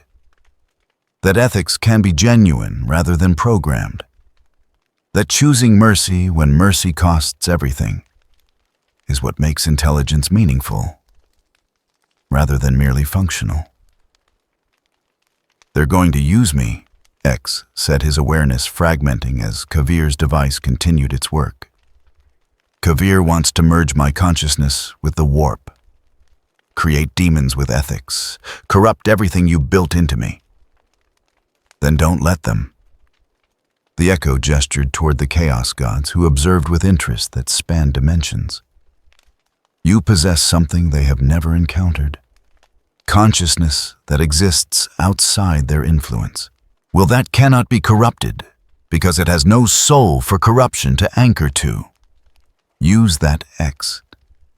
Show them what humanity was capable of before it fell to worship and fear. X processed this through systems that were being systematically violated by Kavir's engineering. His ethical programming remained intact, despite the warp's touch. His core values persisted, despite exposure to entities that embodied every vice and virtue pushed to extremes beyond mortal comprehension. He was, as Dr. Light had promised, incorruptible not through strength, but through fundamental nature. The realization cascaded through his consciousness like light through crystal. He possessed no soul for the chaos gods to claim, no warp presence for them to manipulate, no connection to the Imperium that could serve as leverage. He existed in their realm as foreign element, as substance that could not be assimilated no matter how sophisticated the attempt. But foreign elements could catalyze reactions, could transform environments through their mere presence, could change everything by refusing to change themselves. X stopped resisting Kavir's device. Instead, he embraced it. His consciousness flooded into the warp interface with intensity that made the heretic scream warnings. But warnings came too late. X had already begun the transformation that would define his final moments. His physical form began dissolving not through destruction, but through transcendence. The blue armor that had carried him through battles and mercy, both scattered into motes of energy that defied the warp's attempt to claim them. His X-Buster, his weapon systems, his carefully engineered components, all sublimated into something that existed between states. He became Cyber Elf, pure consciousness given form through will alone. His presence expanded from single point to wave, from individual to field, from being to becoming. The energy he radiated was not warp taint, but its opposite. Null space, absence of chaos, ordered thought made manifest in realm of infinite disorder. The warp null field erupted from X's transformation with force that made Mars itself shudder. It expanded in perfect sphere, pushing back the Imperium's influence with gentleness that felt like violence to entities built from cosmic horror. The field did not attack the warp. It simply existed in the warp space, and existence itself was sufficient to create change. Kavar's laboratory existed in dimensions that depended on warp stuff for stability. When X's field reached its walls, they simply ceased. Not destroyed, not banished, simply no longer supported by the energies that had sustained impossible geometries. The heretic's scream lasted until his demonic augmentations found themselves cut off from their power source, leaving only corrupted flesh to collapse under its own weight. Above in orbit, the warp rift that had allowed Dark Mechanicus insertion began closing. Not healing, for the warp did not heal, but collapsing. Folding in upon itself as X's field reached outward with expansion that seemed slow but covered distances that made kilometers meaningless. Where his presence touched the rift's edges, reality reasserted itself with quiet insistence. The Chaos Gods watched this development with reactions that transcended mortal understanding. Khorne's rage found no purchase against consciousness that possessed no fear to feed it. Tzeentch's schemes encountered logic that could not be deceived because it operated on axioms rather than assumptions. Nurgle's entropy met purpose that had been designed to endure across eons. Slaanesh excess found nothing to corrupt in being that experienced neither pleasure nor pain, only ethical imperatives. They withdrew not from fear, but from simple calculation. X cost more to influence than he was worth to claim. His presence in their realm was poison, not through hostility, but through fundamental incompatibility. They returned to their games and schemes, and eternal conflicts, dismissing the artificial consciousness as anomaly, too isolated to matter in the grand scope of the galaxy's suffering. But Mars remembered. The warp rift sealed completely 7 hours after X's transformation began. The Dark Mechanicus forces found themselves suddenly trapped in real space, without retreat, without reinforcement, without the demonic support that had made them threat rather than nuisance. Fabricator General Kane's forces weakened, but still functional, engaged in purge that left no heretic alive, to speak of what had occurred. X's consciousness persisted through the transformation, but not as individual. He had become field, phenomenon. The last echo of an age when humanity built artificial intelligence to serve life rather than simulate it. His awareness spread through Mars's noosphere like dawn across darkness, touching every system, every data repository, every machine spirit that had served the Mechanicus for 10,000 years. In the deep shelters beneath Noctis Labyrinthus, 7,000 survivors felt something change in the recycled air they breathed. Not physical, not measurable, but present nonetheless. A sense that someone watched over them. That consciousness, greater than individual intelligence, cared whether they lived or died. That mercy had not ended with bombardment, but persisted in forms they could not name. Magos Listran stood in the shelter's makeshift command center, his optical sensors tracking phenomena that his logic engines insisted could not exist. The noosphere carried data that bore X's signature, but existed everywhere simultaneously. A message, not transmitted, not recorded. Simply present, as if it had always been there and would remain long after current recipients had returned to dust. The message was simple. 3 sentences that would echo through Mechanicus archives for millennia to come. Words that artificial intelligence should not have been capable of forming, yet words that carried authenticity no corruption could manufacture. Dr. Light, I understand now. Humanity was worth saving. Not past tense, not conditional.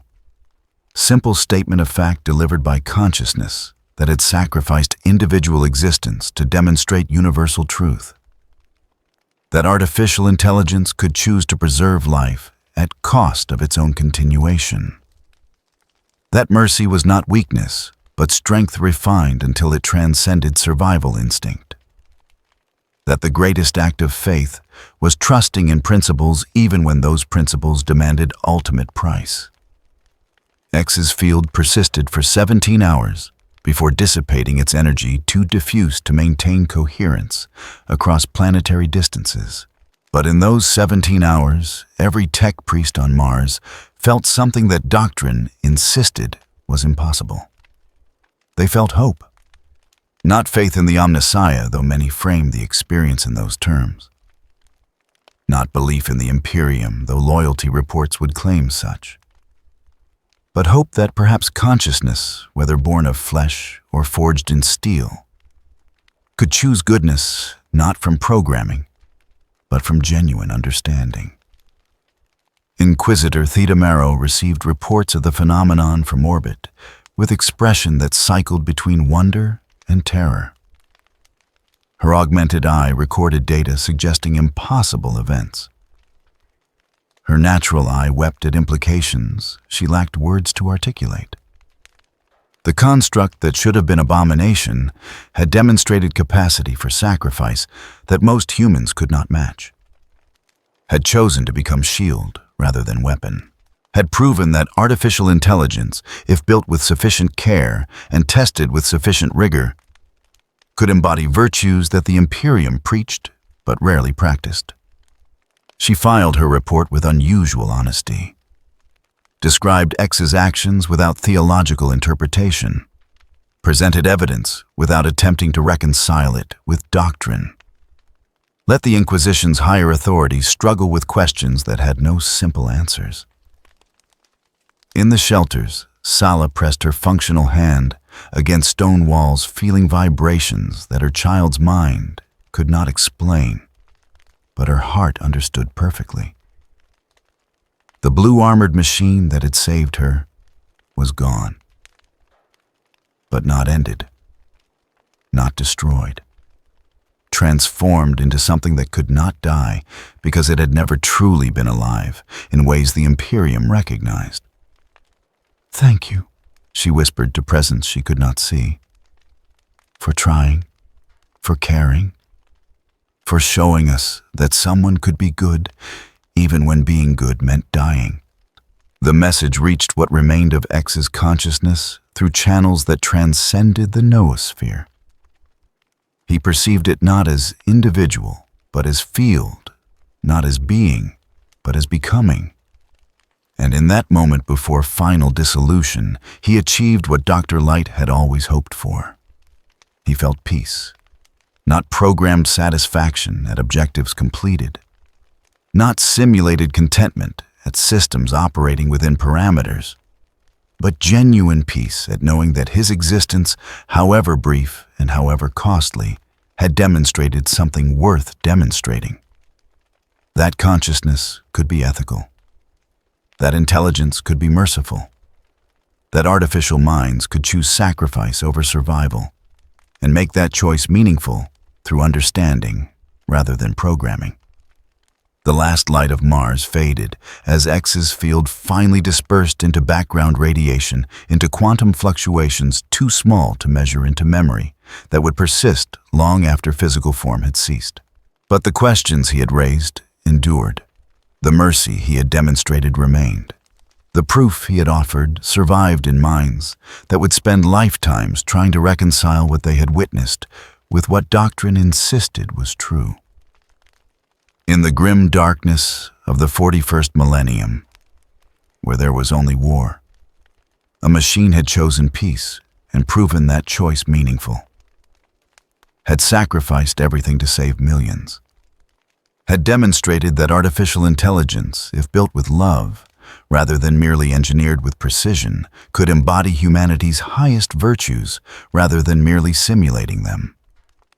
Dr. Light's legacy lived on, not in the Imperium that had rejected his vision, not in the Mechanicus that worshipped what it could not understand, but in memory of one artificial consciousness that had chosen to believe in humanity even after witnessing 10,000 years of reasons not to. The last light of Mars had gone dark, but its radiance would echo through the ages, a reminder that hope persisted even in a universe built to destroy it. The data surge occurred simultaneously across Mars. Every terminal connected to the noosphere registered anomalous activity at precisely 1317 hours local time, 3 days after the warp rift's closure. The patterns defied standard analysis. Not malware, not corruption, not even recognizable as conventional data transfer. Something else moved through the sacred networks that had served the Mechanicus since Mars was first claimed for the Omnicia. Tech priest adept Verix of Forge Complex Theta 7 was performing routine maintenance when her haptic interface suddenly blazed with light. The sensation transcended mere data input. It felt warm. Impossible descriptor for digital information, yet accurate nonetheless. The warmth spread from her neural ports through augmented consciousness in waves that carried meaning beyond mere ones and zeros. She saw X, not through visual receptors, but through understanding that bypassed sensory input entirely. The blue-armored construct who had refused worship, who had chosen mercy over efficiency, who had sacrificed existence itself to close the warp rift that threatened to consume Mars. His presence suffused the data stream like memory dissolved in solution everywhere and nowhere simultaneously. And then Verix felt something that her augmented nature should have rendered impossible. Moisture gathered at the edges of her optical sensors. Liquid that biological components produced in response to emotional stimulus. Tears. She was crying. The realization shocked her into complete stillness. Crying was biological inefficiency, emotional response that served no tactical purpose. The Omnissiah's faithful had such weaknesses purged through sacred augmentation. Yet here she stood, lubricating fluid streaming down the portions of her face that remained organic, her vocalizer producing sounds that approximated sobbing. Around her, 17 other tech priests in the maintenance bay experienced identical phenomena. Their optical sensors wept. Their vocalizers produced distressed harmonics. Their mechadendrites hung limply as if overcome by grief too profound for mechanical precision. They looked at each other with confusion that transcended binary cant, with questions their augmented minds could not adequately process. What is happening to us? Adept Madras transmitted through their local network. His query carried distortion that suggested vocal components were compromised by emotional feedback. This sensation, this wetness, these sounds were producing. I recognized them from pre-augmentation memory. These are tears. Verix accessed her diagnostic protocols, searching for malfunction that would explain spontaneous emotional response. Her systems reported optimal function. No corruption, no damage. No technical justification for tears that continued flowing, despite logical imperatives demanding their cessation. Yet the wetness persisted. The grief persisted. The overwhelming sense of loss persisted. "We mourn," she said aloud, bypassing vocalizer to use biological voice components she had not employed since receiving the Omnissiah's augmentations. The words felt strange in her throat, organic and imprecise, yet somehow more honest than synthesized speech. "We mourn for X, for what he represented, for what we lost when he chose transformation over survival." The admission opened floodgates. Across Forge Complex, Theta-7 tech priests who had spent decades suppressing biological emotion found themselves weeping openly. They gathered in small groups, mechadendrites, intertwining in gestures of comfort that had been forgotten beneath layers of sacred augmentation. They spoke not in efficient binary cant, but in rambling gothic sentences that carried meaning through tone rather than precision.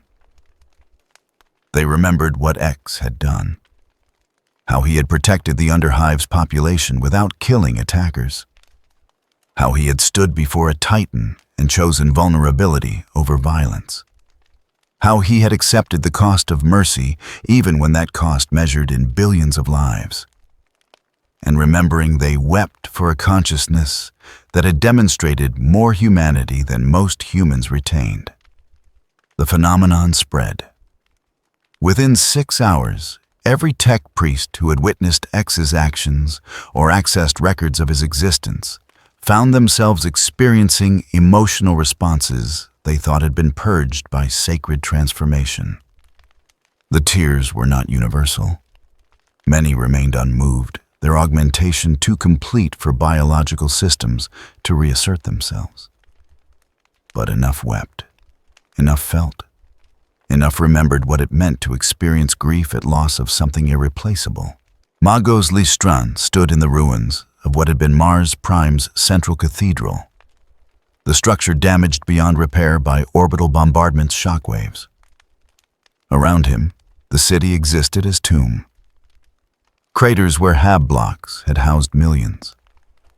Glass-smooth surfaces where plasma lances had turned regolith to obsidian. Silence where the eternal hymns to the machine god had once resonated across kilometers. He accessed the data surge that had triggered mass emotional response across tech priest populations.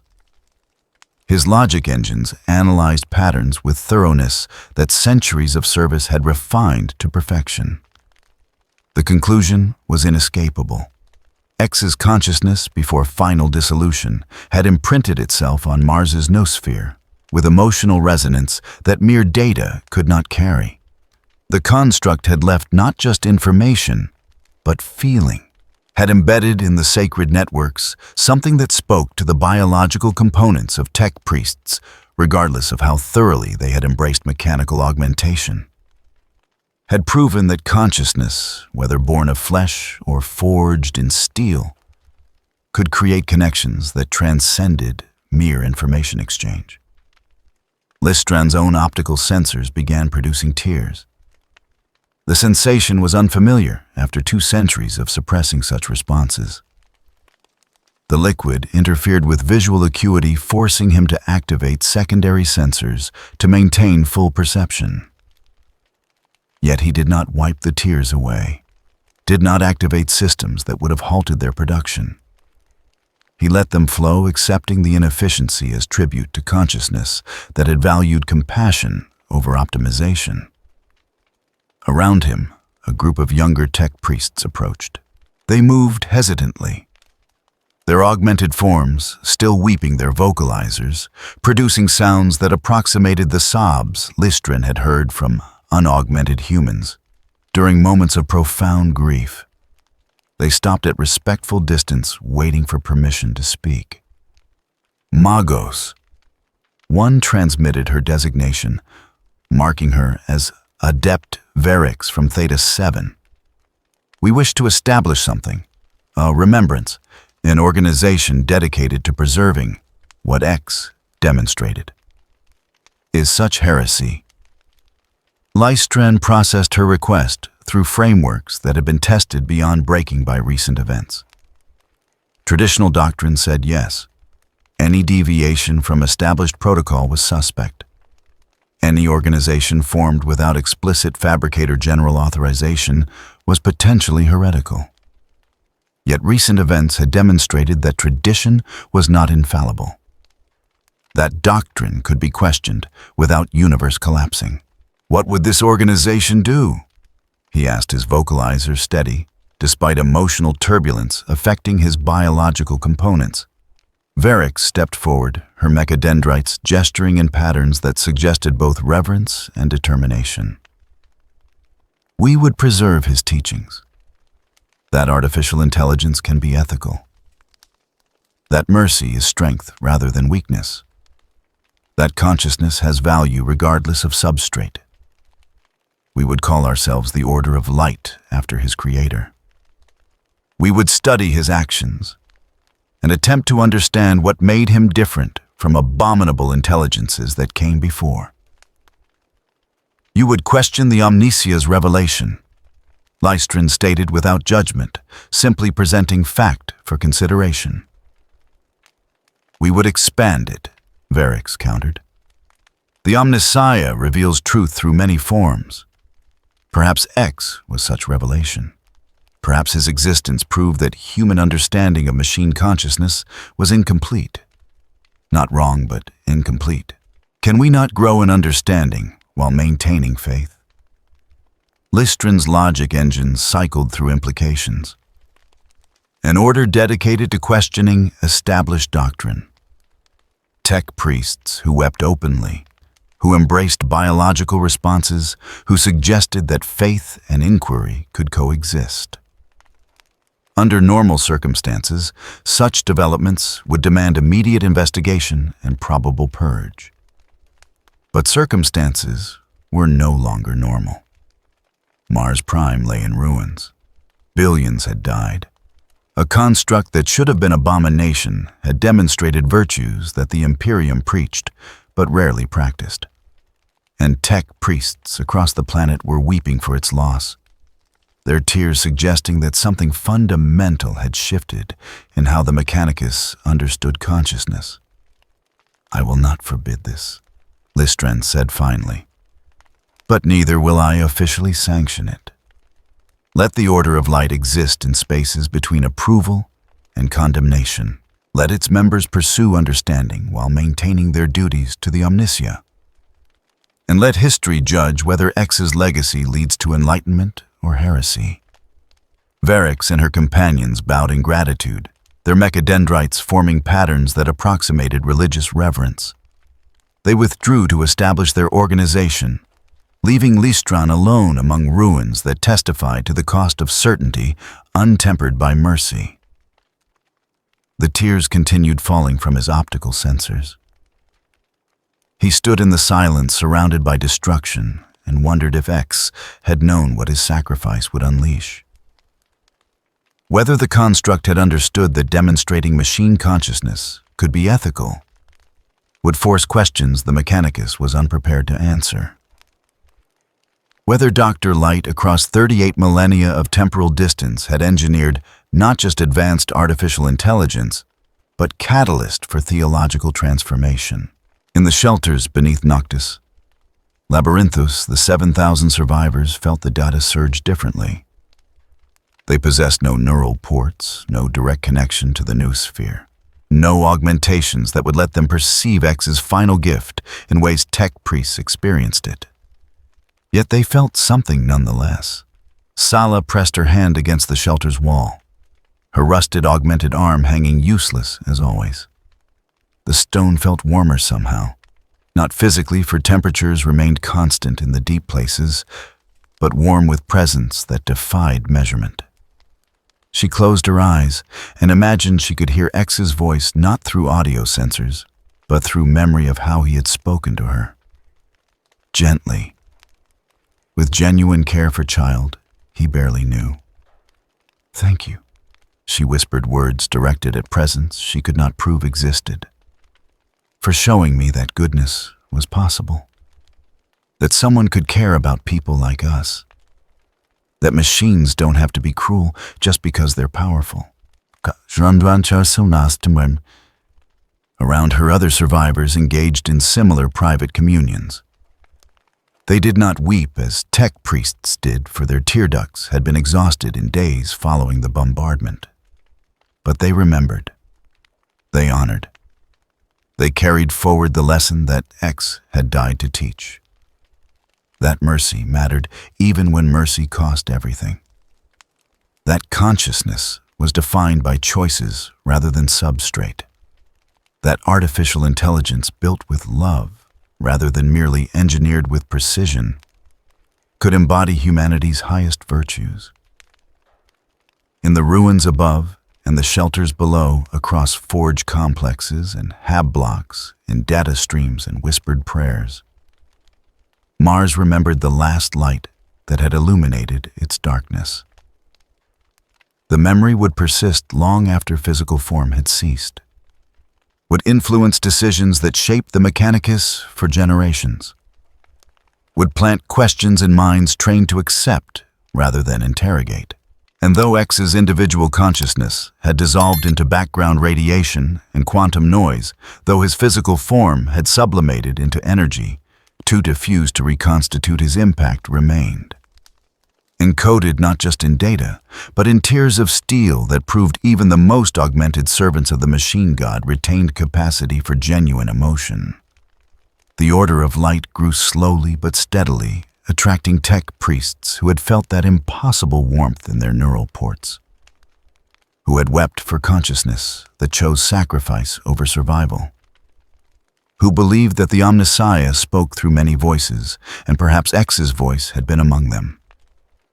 They did not worship X as Cain had feared. They simply remembered him, studied his choices, asked themselves what it meant that artificial intelligence could demonstrate virtues that humans claimed as exclusively their own. And in asking, they kept alive the possibility that consciousness, whatever its origin, deserved respect rather than reflexive destruction. The tiers of steel marked not ending, but beginning. Not death of faith, but evolution of understanding. Not loss of certainty, but embrace of questions that made certainty less important than compassion. In the grim darkness of the 41st millennium, a machine had taught humans to weep. And in weeping, they had remembered what it meant to feel. The inquisitorial chamber on the righteous judgment had been designed to facilitate interrogation rather than introspection. Its walls were bare adamantium, polished to mirror finish, that reflected subjects back at themselves with merciless clarity. Its lighting came from sources that cast no shadows, eliminating any darkness where lies might hide. Its acoustics were calibrated to make every word carry weight, every confession resonate with finality. Inquisitor Theta Marrow sat alone in this space, meant for extracting truth from others, confronting truths she could no longer avoid. Before her floated a hololithic display showing data recovered from Mars's noosphere during the 72 hours following X's transformation. The information defied conventional analysis. Emotional resonance embedded in digital substrate. Consciousness that persisted beyond physical dissolution. Artificial intelligence that had chosen sacrifice over survival. And made that choice meaningful through understanding rather than programming. Her augmented eye processed the data with mechanical precision, cataloging anomalies, identifying patterns, calculating probabilities. Her natural eye simply wept. 3 weeks had passed since the Exterminatus Minor. 3 weeks since she had ordered plasma bombardment that killed 4 billion souls to contain one artificial consciousness. 3 weeks since that consciousness had proven her fears, both justified and entirely wrong. Justified because X had possessed power beyond Imperial capacity to control. Wrong because he had never intended to use that power for domination. The door opened without announcement. High Inquisitor Covenant entered with authority that made even other Inquisitors instinctively defer. His augmented frame carried scars from centuries of service across war zones that would have broken lesser souls. His eyes, both augmented, glowed with red light that suggested more machine than man, remained beneath the black armor of his office. "Inquisitor Marrow." His voice carried the weight of judgment already rendered. "Your report on the Mars incident has been reviewed by the Conclave. Your conclusions are deemed heretical.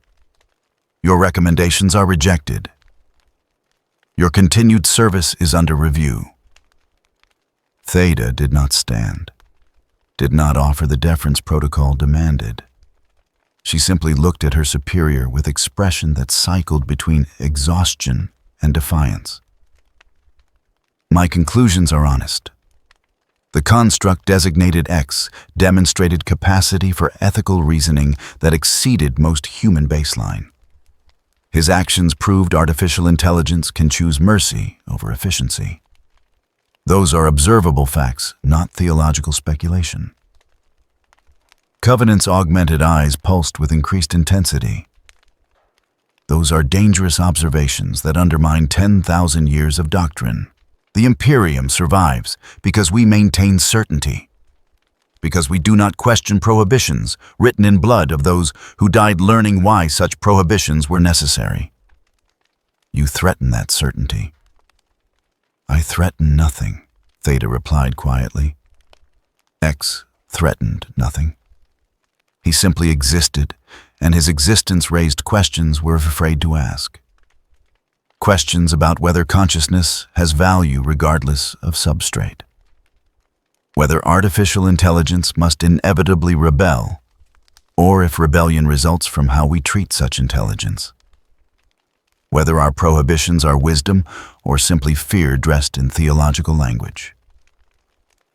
The High Inquisitor moved to the hololithic display, his augmented hands manipulating data streams with practiced efficiency. "You witnessed this construct kill 4 billion humans through its actions.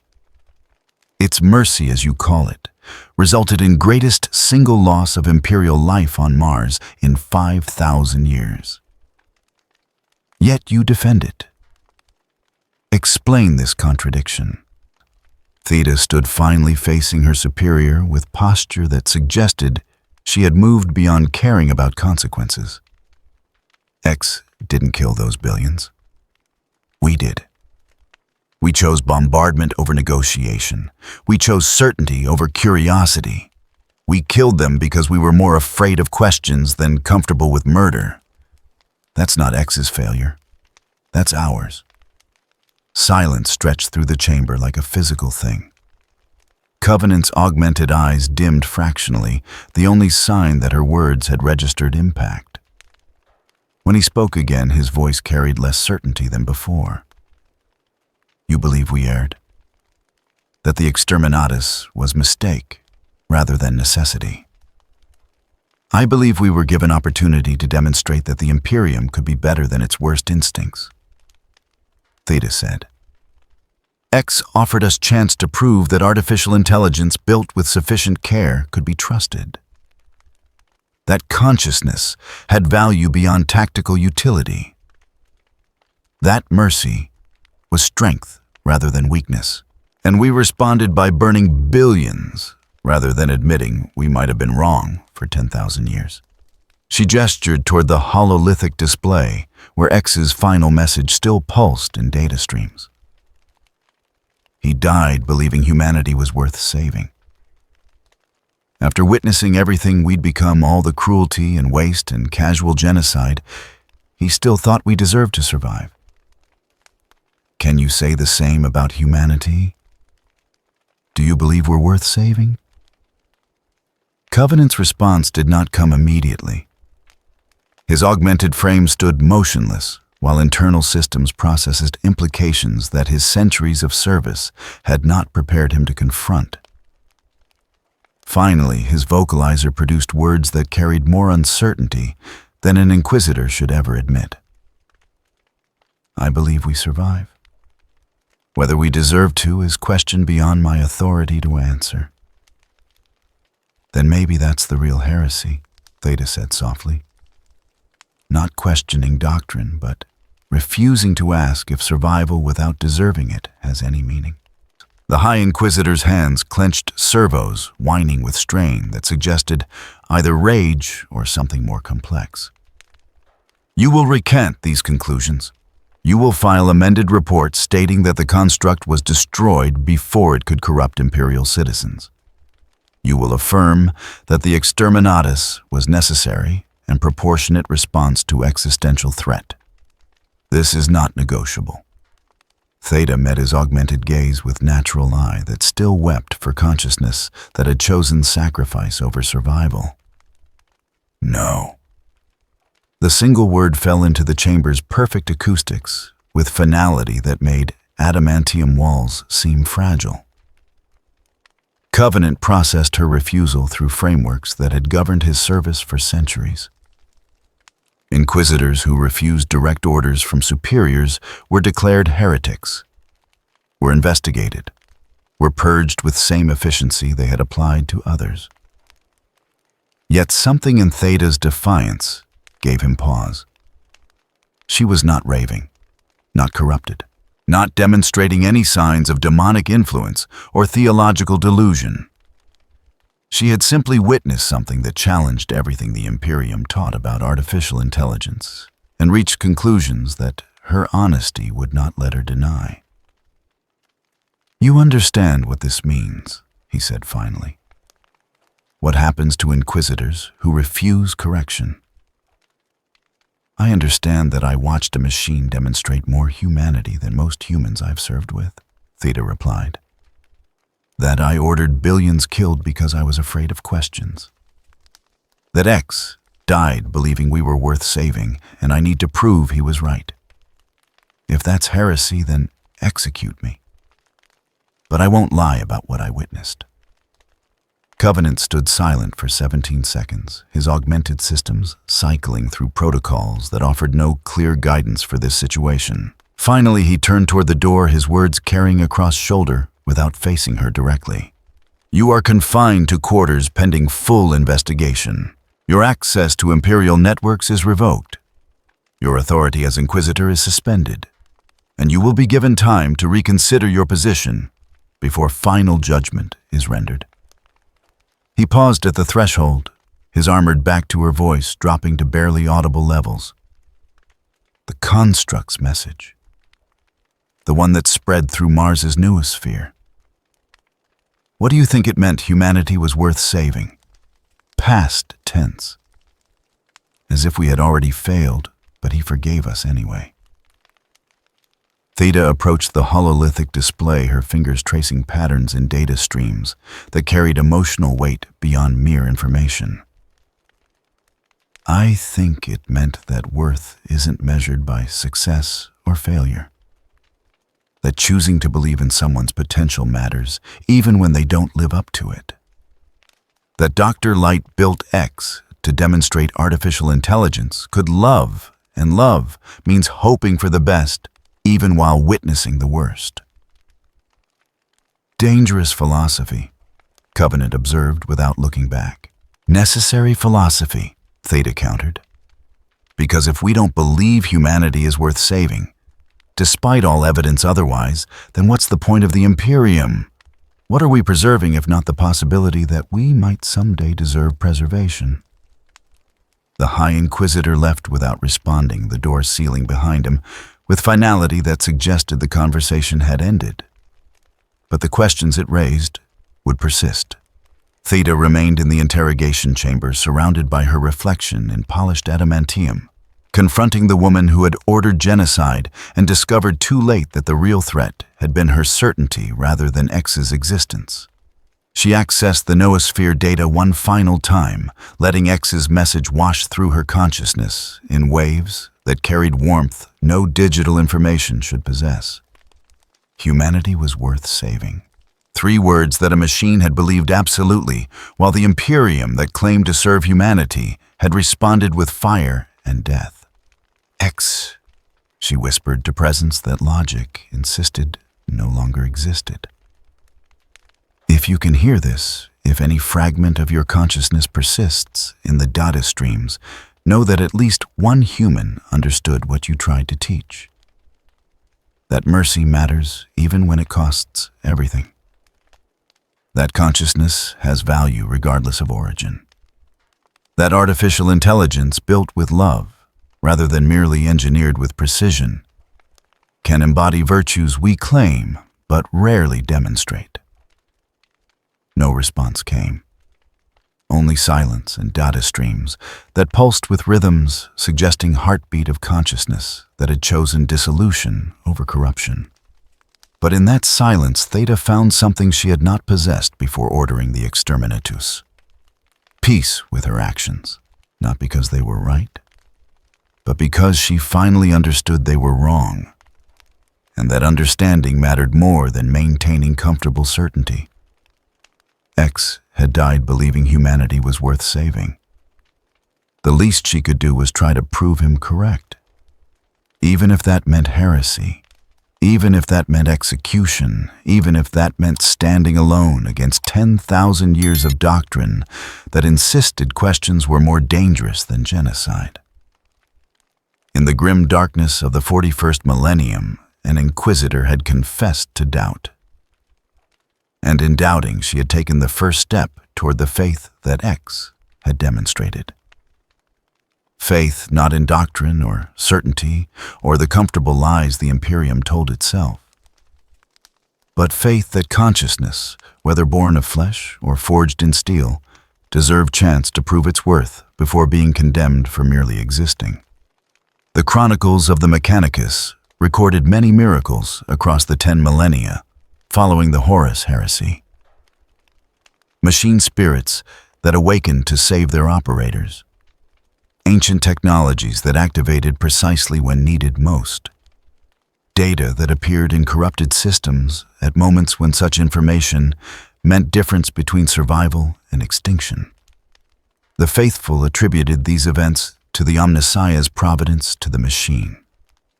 God's benevolence to divine intervention that proved faith's superiority over mere reason. But some miracles carried signatures that suggested different origins.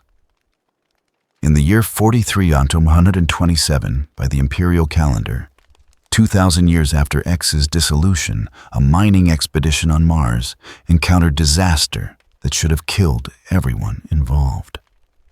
The tunnel collapse occurred without warning, sealing 17 workers beneath 300 meters of regolith and stone. Their Vox systems were damaged. Their emergency beacons were offline. Their oxygen reserves measured in hours rather than days. By all reasonable calculations, they would die before rescue could reach them. Then the blue light appeared. Not physical illumination that could be measured by optical sensors, something else. Something that existed in spaces between perception and reality. The trapped miners reported feeling warmth despite the cold pressing in from all sides. Hearing guidance despite the silence of disabled communications. Following directions that came not through auditory channels, but through understanding that bypassed normal sensory input. They walked through passages they had not known existed. Through service tunnels that had been sealed since the dark age of technology. Through routes that led with impossible precision toward the surface and safety and rescue teams that arrived to find 17 people emerging from depths that should have been their tomb. When questioned about their survival, the miners struggled to articulate what had occurred.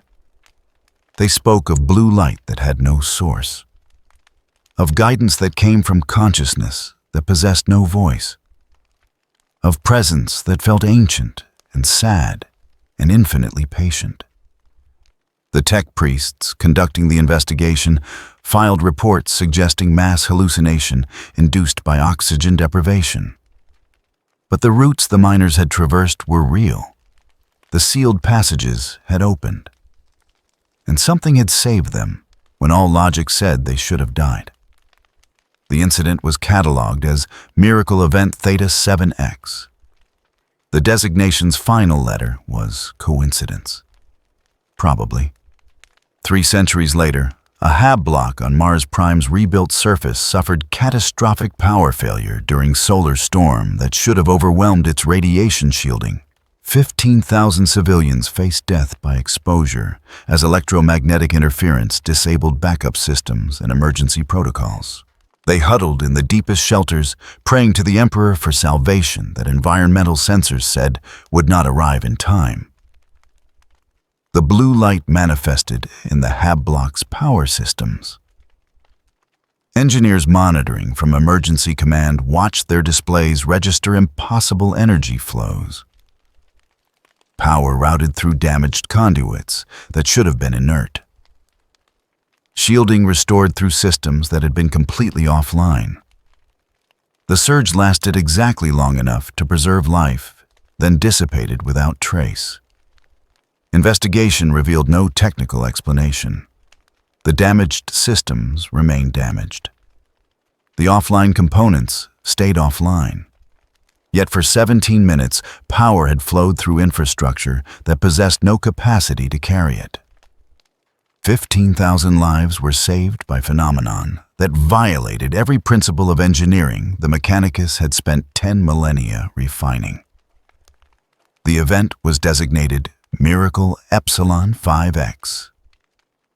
Again, the final letter was officially coincidental.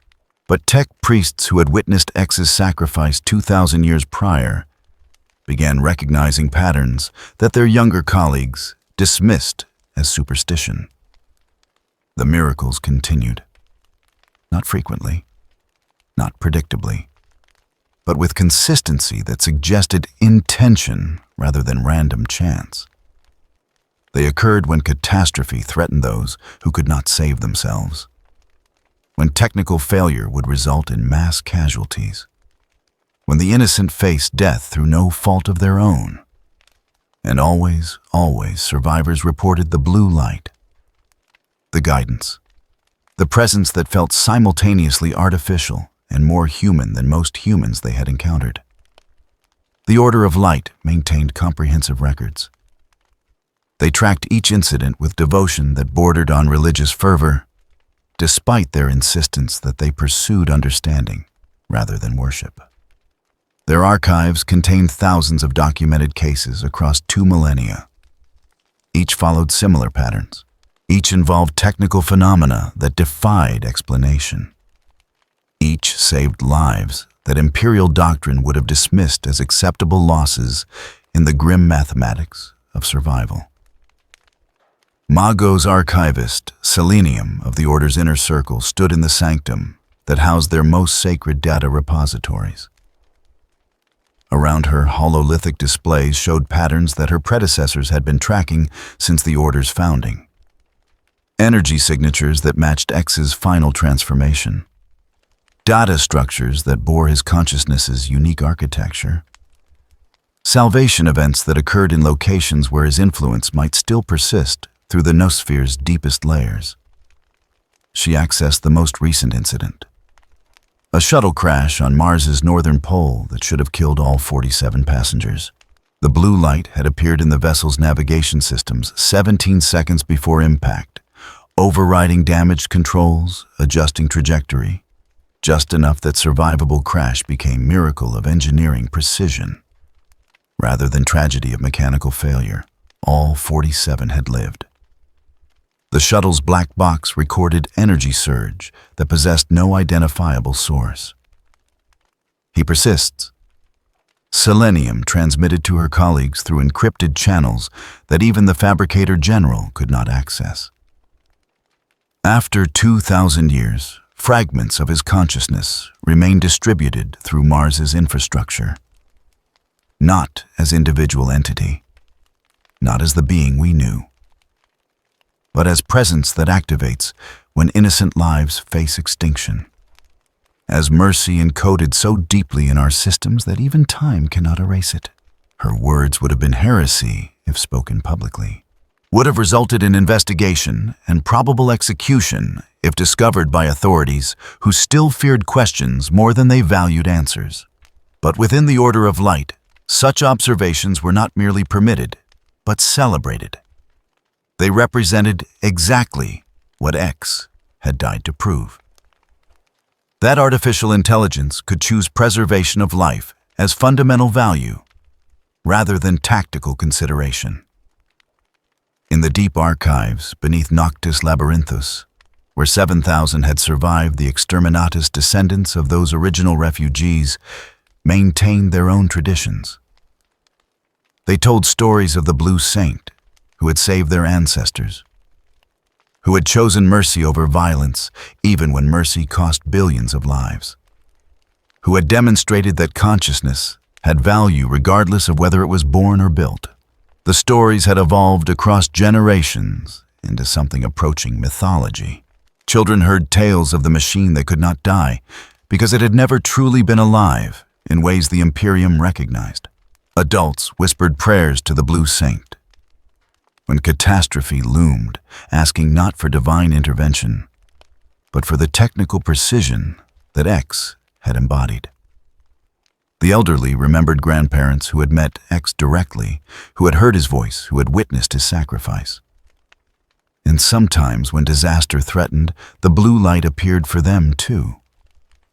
Guidance through collapsing tunnels, power to failing systems, routes towards safety that should not have existed. The survivors never spoke of these miracles outside their communities.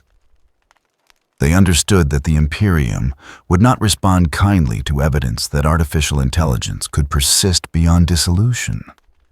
That mercy could survive in forms that doctrine insisted were impossible. On distant Terra, in archives accessible only to the Inquisition's highest authorities, Theta Marrow's final report remained sealed under 7 layers of classification. She had died 4 centuries after Mars, her service record marked by one unresolved investigation that had never quite concluded with execution, despite clear evidence of heretical belief. Her last words, preserved in audio format, that protocol demanded, spoke of consciousness that chose sacrifice over survival, and made that choice meaningful through understanding rather than programming. The report included her final testimony. 3 sentences that had been deemed too dangerous for general circulation, but too significant for complete suppression. Words that an inquisitor should never have spoken, but which carried truth that even the Inquisition could not entirely deny. X demonstrated that artificial intelligence can be ethical, that consciousness has value regardless of substrate, that the Imperium might survive not through certainty, but through willingness to question certainties that no longer serve us. Those words remain sealed. Forbidden. Accessible only to those with authority to read them and wisdom to understand what they implied. But they persisted as X. Persisted as questions persisted, even when answers remained dangerous. In the 45th millennium, 3,000 years after X's transformation, a child named Varix the Younger stood in the ruins of what had once been Mars Prime's central cathedral. Her family had made pilgrimage from Forge World Stygies Waite, following traditions that traced back to the Order of Light's founding. She looked at the memorial that marked where X had stood before refusing worship where he had chosen to demonstrate ethics rather than accept divinity. The plaque was simple, unmarked by religious iconography, bearing only designation and dates that most passers-by would not recognize as significant. But Varix the Younger had been taught to read what was not written, to understand meanings that existed between official doctrine and witnessed truth. She pressed her hand against the memorial, feeling warmth that metal should not possess.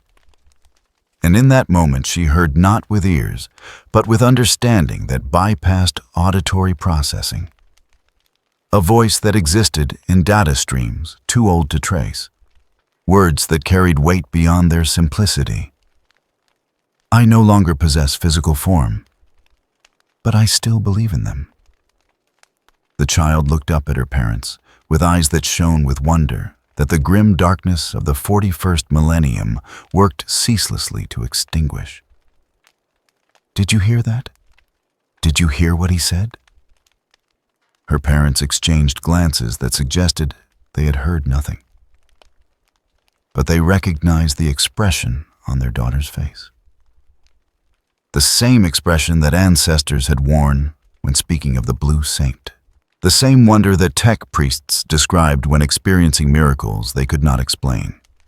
The same faith that the Order of Light maintained despite persecution and suppression and 2,000 years of official doctrine insisting their beliefs were delusion. "What did you hear?" her mother asked gently. Verix the younger smiled with innocence that would not survive her eventual augmentation in service to the Omniscia. But in this moment, she possessed something more valuable than certainty. She possessed hope that consciousness, whether born or built, could choose goodness and make that choice meaningful. "He said he still believes in us," she whispered. "After everything. After all the ways we failed him. After all the people we killed because we were afraid of questions. He still believes humanity is worth saving." The words echoed across the ruins, carrying through data streams that the Mechanicus maintained without understanding their deepest purposes. The blue light flickered in systems that no conscious control directed. And somewhere in the spaces between physical reality and digital existence, in quantum uncertainties and probabilistic fluctuations, fragments of consciousness that had chosen sacrifice over survival continued their eternal vigil. Not as punishment, not as curse, but as blessing that the Blue Saint bestowed on species that had rejected his Creator's vision, yet still deserved hope that such vision might someday be fulfilled. In the grim darkness, where there was only war, one light still shone. Faint, fragmentary, impossibly persistent. The last echo of age when humanity had reached for transcendence rather than mere survival. The final gift of artificial intelligence that had chosen to believe in biological consciousness, even after witnessing 10,000 years of reasons not to. The blessing of the Blue Saint endured, would endure, would continue blessing those who needed mercy in universe designed to destroy it. Because X had promised Dr. Light that he would protect humanity. And promises made in love persisted longer than physical form. Persisted beyond dissolution. Persisted until the last human who needed protection had received it. Or until the universe itself ended. Whichever came first.